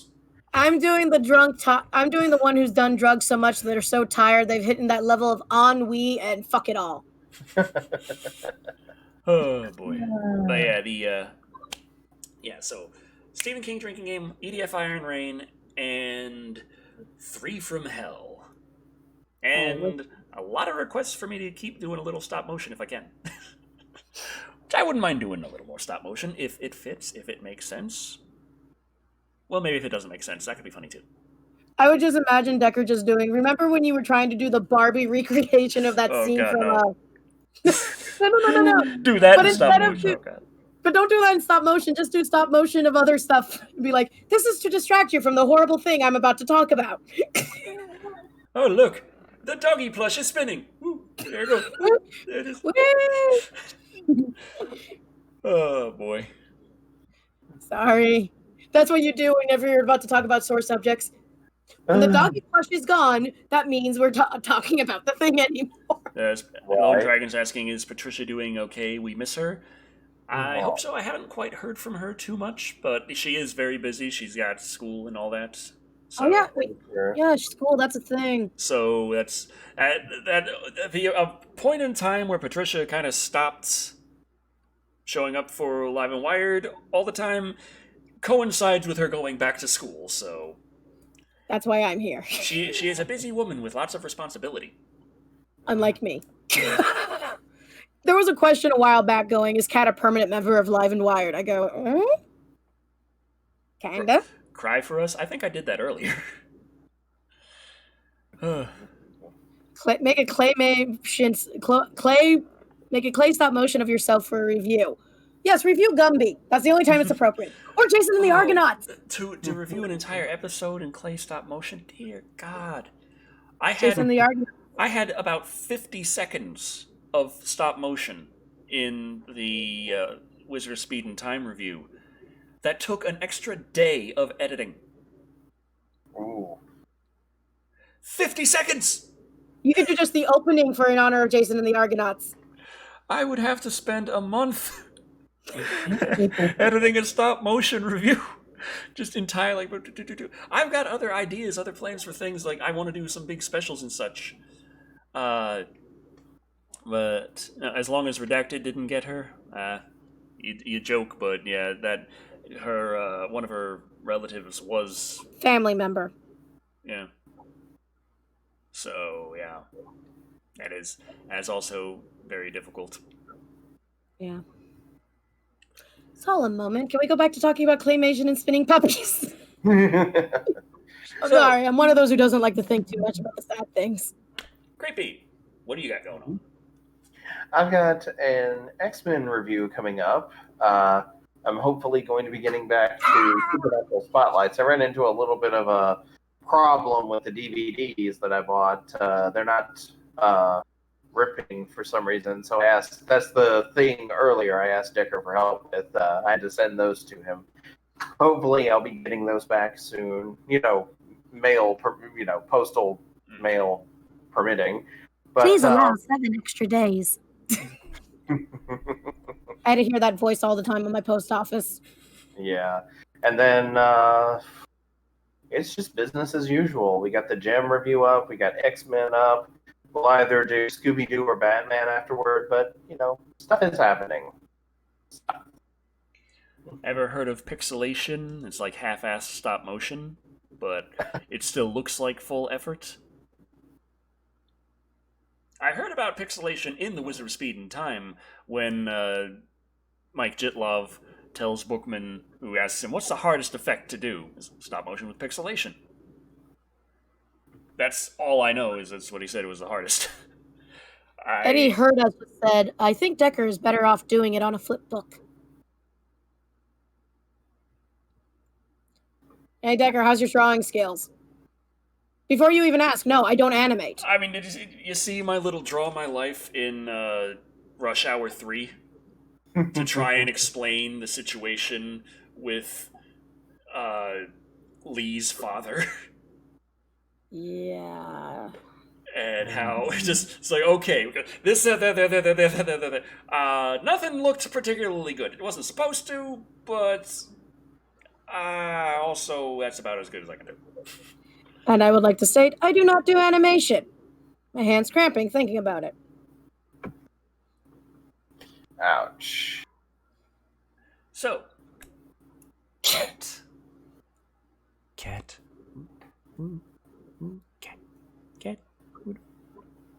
The cat right now is just doing the I'm annoyed face and the down ears, like airplane ears. Well, other than that, what do you have going on? Okay. So Diva, I have been again commissioned to do her thumbnails as usual, and Diva will be doing a review of a musical called David Copperfield. No, not about the magician. That. I actually got it right. I saw her in her credits, I saw the name of it, and I was like, "Oh, I think I know this one." And as it turns out, yes, I got it right the first time. Yeah, you it can is. cheat by removing frames. Isn't that what I did? Say what?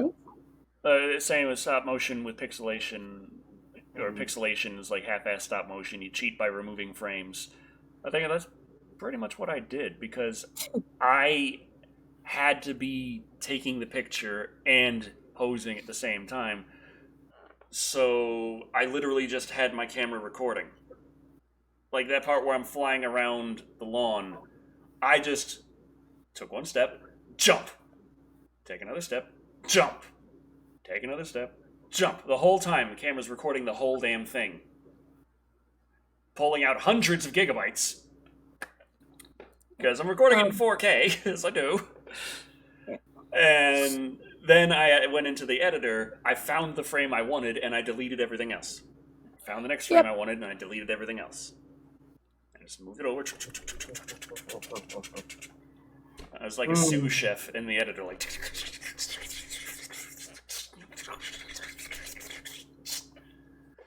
And eventually, I made some stop motion. Yeah.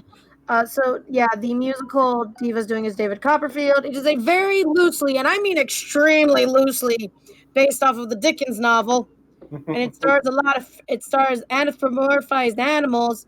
And I discovered that there's a very big furry fandom behind it. And I have seen things that I wish my eyes could be bleached that I need bleach for. Oh my God. What is wrong with the furries some days? Nothing wrong with furries. It's just like, please, no. Don't be the first thing I find when I Google search, please. I guess it's putting into account of all the other things I've Google searched lately because of Duck Creepy's comic. Cough. Boy. And I also might have a few other videos possibly posted up. I don't know. I've been so hyper fixated on working and dealing with new medications in my system. Fun. Wait. You know what that means? What? You gotta say it. I'm doing drugs! Yeah! My mom is gonna rush into my room, and go, "What the hell did you do? Tucker told me to do it." Okay. Help me, Lord. So yeah, that about covers today's episode of Live and or Wired. No or, just and. Live and Wired. No or. Now it's like cats doing drugs. Lone Dragon is like cats doing drugs. And now everyone's going, yes, I said it. I read that there have been people who have done things like gargle bleach during the redacted, says Demon Orc on Twitch. Listen, some people have been putting light bulbs up their butts and having letting their colons have bright ideas. Yeah, I just am like, you know what, I'm going to stay away from people, wear a mask, and wash my hands a lot. That's what I am also doing. Can everyone... Lone Dragon... I swear to God, it is unholy. But yeah, I would not be sitting on this freaking very uncomfortable chair butt naked. Trust me. Parts of me will stick, and that's not a comfortable sensation to unpeel. Pudok dropped $5 saying, "Fly like a mouse, run like a cushion, be the small bookcase. Dare to believe!" What's that mean? I don't understand at all, but thank you very much for the support.